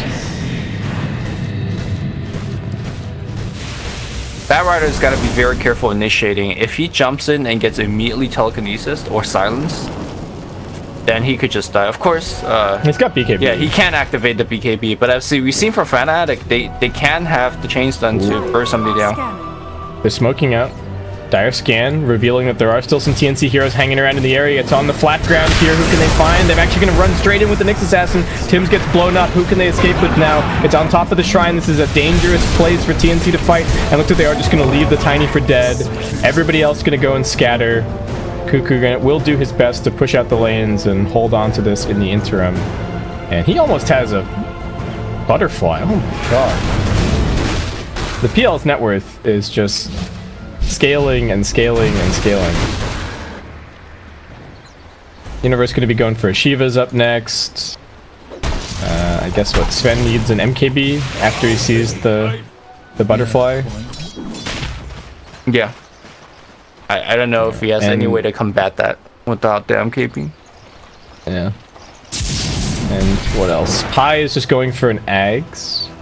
Oh, lasso up top. Got a lasso on the Sven, straight into the grip. There's nobody anywhere nearby, and those crits just rain down from Cuckoo. Sven dead for 70 seconds. Envy... Radiant's I mean, he was just completely out on an island there. Was probably in the mindset of like, there's 2 dead. We're relatively safe. I can take some more dangerous farm. Unfortunately for him, all 3 of the remaining heroes were all waiting for him up top. So, alright, Fnatic just farm stations for a little bit. Still have not been able to... Oh, they've actually deordered the entire map, right? There's not a single bit of radiant vision. So this gem has proved to be extremely useful. This is what TNC were hoping to do in the same kind of situation in the previous game, right? Pick up the gem and plunge the map into total darkness, be able to make some fairly chaotic plays. Did not work out for them, but it has worked out here somewhat for Fnatic, though. Cuckoo is actually just going to go in and chop their tier 3 like it was nothing. And then head straight onto the range track because Envy is still dead for 10 seconds and Batrider's now found Highlight going to drag him back with that BKB. Raven working on the racks. The melee's already dead. Cuckoo just going to doppel himself a bit further back. The Primal Split going to work. What can it actually do? Cuckoo's just focusing on the pandas. He will have his Lincolns popped, and the lasso's stolen by DJ! He goes in, he drags him back in, but PL is potentially just way too tanky. The right-click damage doing basically nothing. Envy jumps in now, but they've only found Tim's. They have to grab more. 1437 juking for dear life inside of the trees. Can he actually TP out? Ooh, just barely finished off. But Fnatic only claiming the 2 supports and losing almost an entire lane of racks. Man, nice steal by DJ, but unfortunately PL is so tanky. He's like not even that tanky. I guess Fnatic just don't have the damage without the Sven being able to being there to just stand and deliver.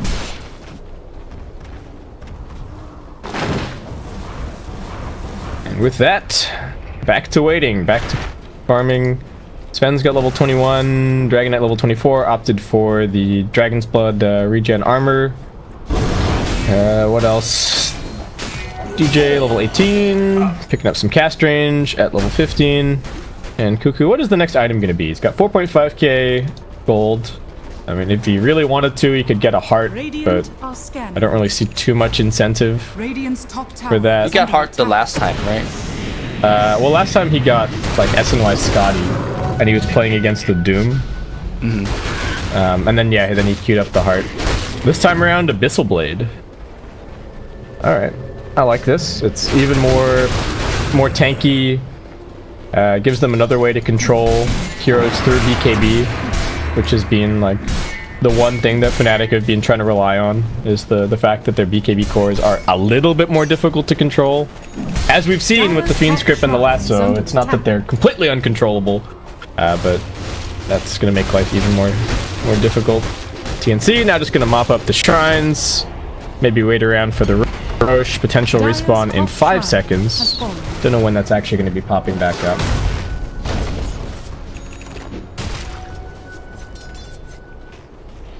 But it's, yeah, Fnatic with their backs up against the wall. I mean, they've been in this situation before, and I think it is still plausible for them to win this game with a huge Sven, but it's so disheartening to see Sven hit his first 3 items, like the Mask of Madness, Echo Saber, Blink Dagger, and then have to go back into a BKB Lincoln Sphere just so that he can feel like he can hit anybody. And Sven doesn't actually scale that crazy well into the late game. You're very much a hero that's designed around, you blink in, you one-shot something so that that hero doesn't get off any spells whatsoever, and then after that you probably get kited somewhat. So it's really important that you get that first hit, that first hammer blow is huge. Though not so easy against this TNC side. Another smoke from Fnatic. They do have the Aghanim Scepter on the Night Stalker. They see everything. They're going to spot Tim's in the river. Do they choose to burst in? They're going to get the lift up, preventing the spiked Carapace. Once again, Tim's hits the floor. Cuckoo running around in invis. Does need to be careful. Doppel's a little bit further away. Sends the illusions back. Sam H takes to the skies. Ready to jump in. Envy still holding on to that ultimate button. And in fact, Roshan early respawn. I don't think either team has scouted this, but Pylai will come and find it as he makes his way over. Sam H also going to throw in a sticky. He knows what's going on. And at this point, it just becomes a game of posturing. Unfortunately, Fnatic do have to push out bottom lane since it's already been raxed. But Envy is already on his way over. And TNC with a slightly better control around Roshan, not only because of this bottom lane of Rax, but also because they've taken out the top shrine from the Fnatic side. So they are not really going to be able to get over there that easily to contest. And Cuckoo knows it. I think they're just going to let bottom lane push itself naturally. They deal with mid. They're going to smoke up as 4. And Cuckoo heads straight into the pit. Meanwhile, Sam H and 1437 going to maintain vision around here over on the high ground. They've been struggling to keep up wards, but it is at least daytime. Highlight Die gonna have his ultimate up soon. The smoke breaks. Sam H still just running on the front. He's gonna get slowed down by the dragon from Abed. Jumps into the back line. He manages to find 147, but he gets knocked back. Avatar's combo. They've lost the Bane. Cuckoo's still in the midst of all of this. He picks up the cheese. Who's picked up the Aegis? It wasn't actually. Oh my god. Find it in the midst of all this. He's got the cheese. He's got the Abyssal Blade. He's gonna try and work down Envy, but he's just getting cleaved. Still needs to be careful. Nice stun from Tim's. Catches on to 2. Envy's coming back with the ult. Spit the stun stolen from DJ. It catches on to 3. He manages to pop his Ghost Scepter. He's still running. The Primal Split now coming out. Raven is quite low. Can he finish this kill? The Tree Grab is not going to finish that one. And now the Brewmaster coming back out there working on Cuckoo, but Envy is just getting hided. Can't do enough damage against the Butterfly. Abed might be able to help him, however. Dragon Tail, not enough mana. He's actually been oomed, probably by the Nyx Assassin. In the midst of all of this, is Sam H with the sticky stacks. Will continue kiting. 4 stacks up on Envy. They will end up losing Tim's as Pylite that runs them down. And Fnatic just chasing for every kill that they can get at the stage. Cuckoo does have an Abyssal Blade back off cooldown. And Fnatic... I mean, if Cuckoo had actually picked up that Aegis, very different fight, but Envy with presence of mind to realize that it had not been grabbed and just saunter in there and pick up the Aegis. The fact that he got that was game-saving, because I felt like without it, they just lose that fight. And maybe, gotta be careful. There's only 3 of you here. Pylite on the front lines. He's also got the Lincoln, so they can't just nightmare him.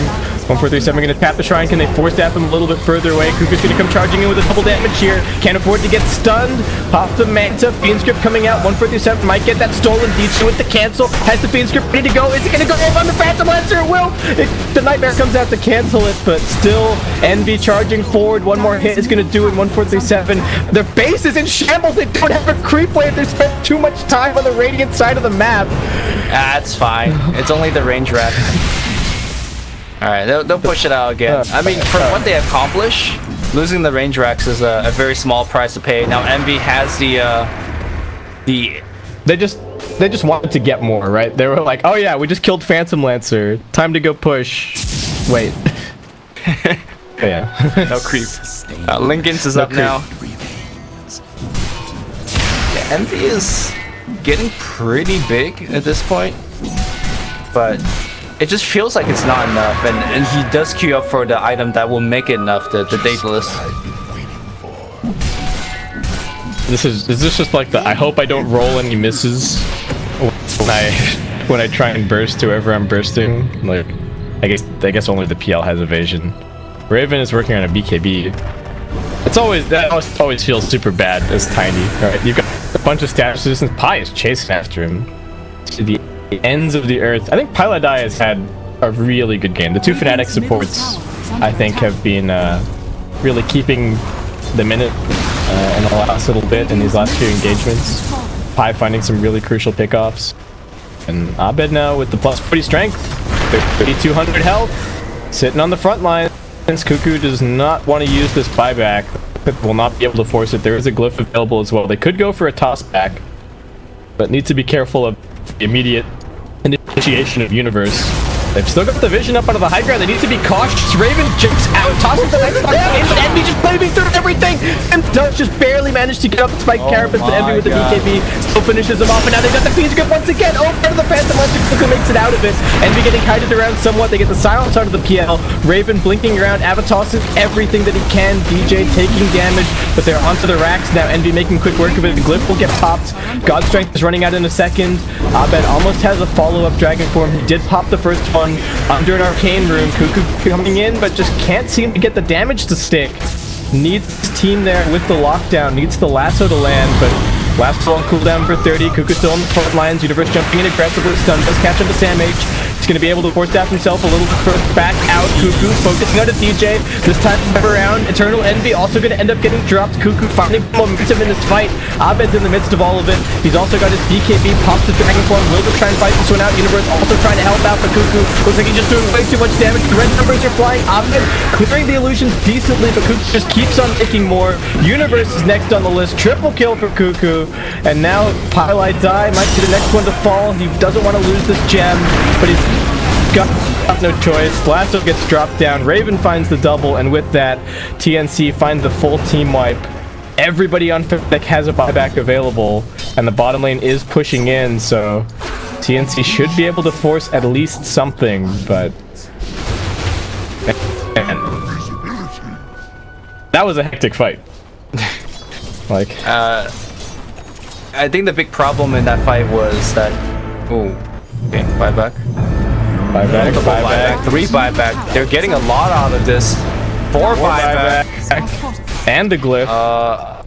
Okay, I mean, that was... Yeah, that was good for TNC. We saw multiple stuns that are used against the illusions of the PL, and I don't know exactly what Cuckoo did that led Fnatic to believe... Stream is dead again. Oh god. But I saw like... Oh, the stream is dead? Alright, I'll turn it on. Should I turn it on? Dire's middle tower has fallen.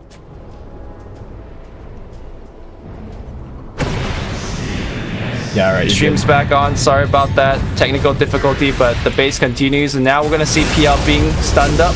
Very, very tanky. Now Envy gonna go in. He's gonna pop force step away. They're just wasting his time. They got the Phoenix Grip from miles away. 157 controlling him nicely. Abed coming over trying to cancel, but Envy might just be done. Cuckoo about to bring him down. That's Envy with the dieback. Cuckoo still wailing on everybody. The Gut Blasto onto the Dragon Knight. They're working through him. Sam H now running forward. They get the Nightmare over onto DJ. Looks like Cuckoo should just be able to finish this game in one fell swoop. There's the ultra kill. The stream really chose the absolute worst time to die, huh? I mean, look, we picked it up, and they call it GG, and Fnatic... Well, that's it? Yeah, that's it. TNC will beat their arch nemesis of this week, I guess. And get sweet, sweet revenge. Yeah. Another... I mean, they do still have one more match to play. They're going to be moving on to the grand finals here of the Bucharest Major SEA qualifiers. Insufficient balance. And yeah, Fnatic back to the drawing board. I think a reasonable showing, given that they made a roster substitution. I mean, like we were saying at the beginning of the series, it's not like Ohio is a better or worse player necessarily than Universe. I feel like Universe actually had a pretty solid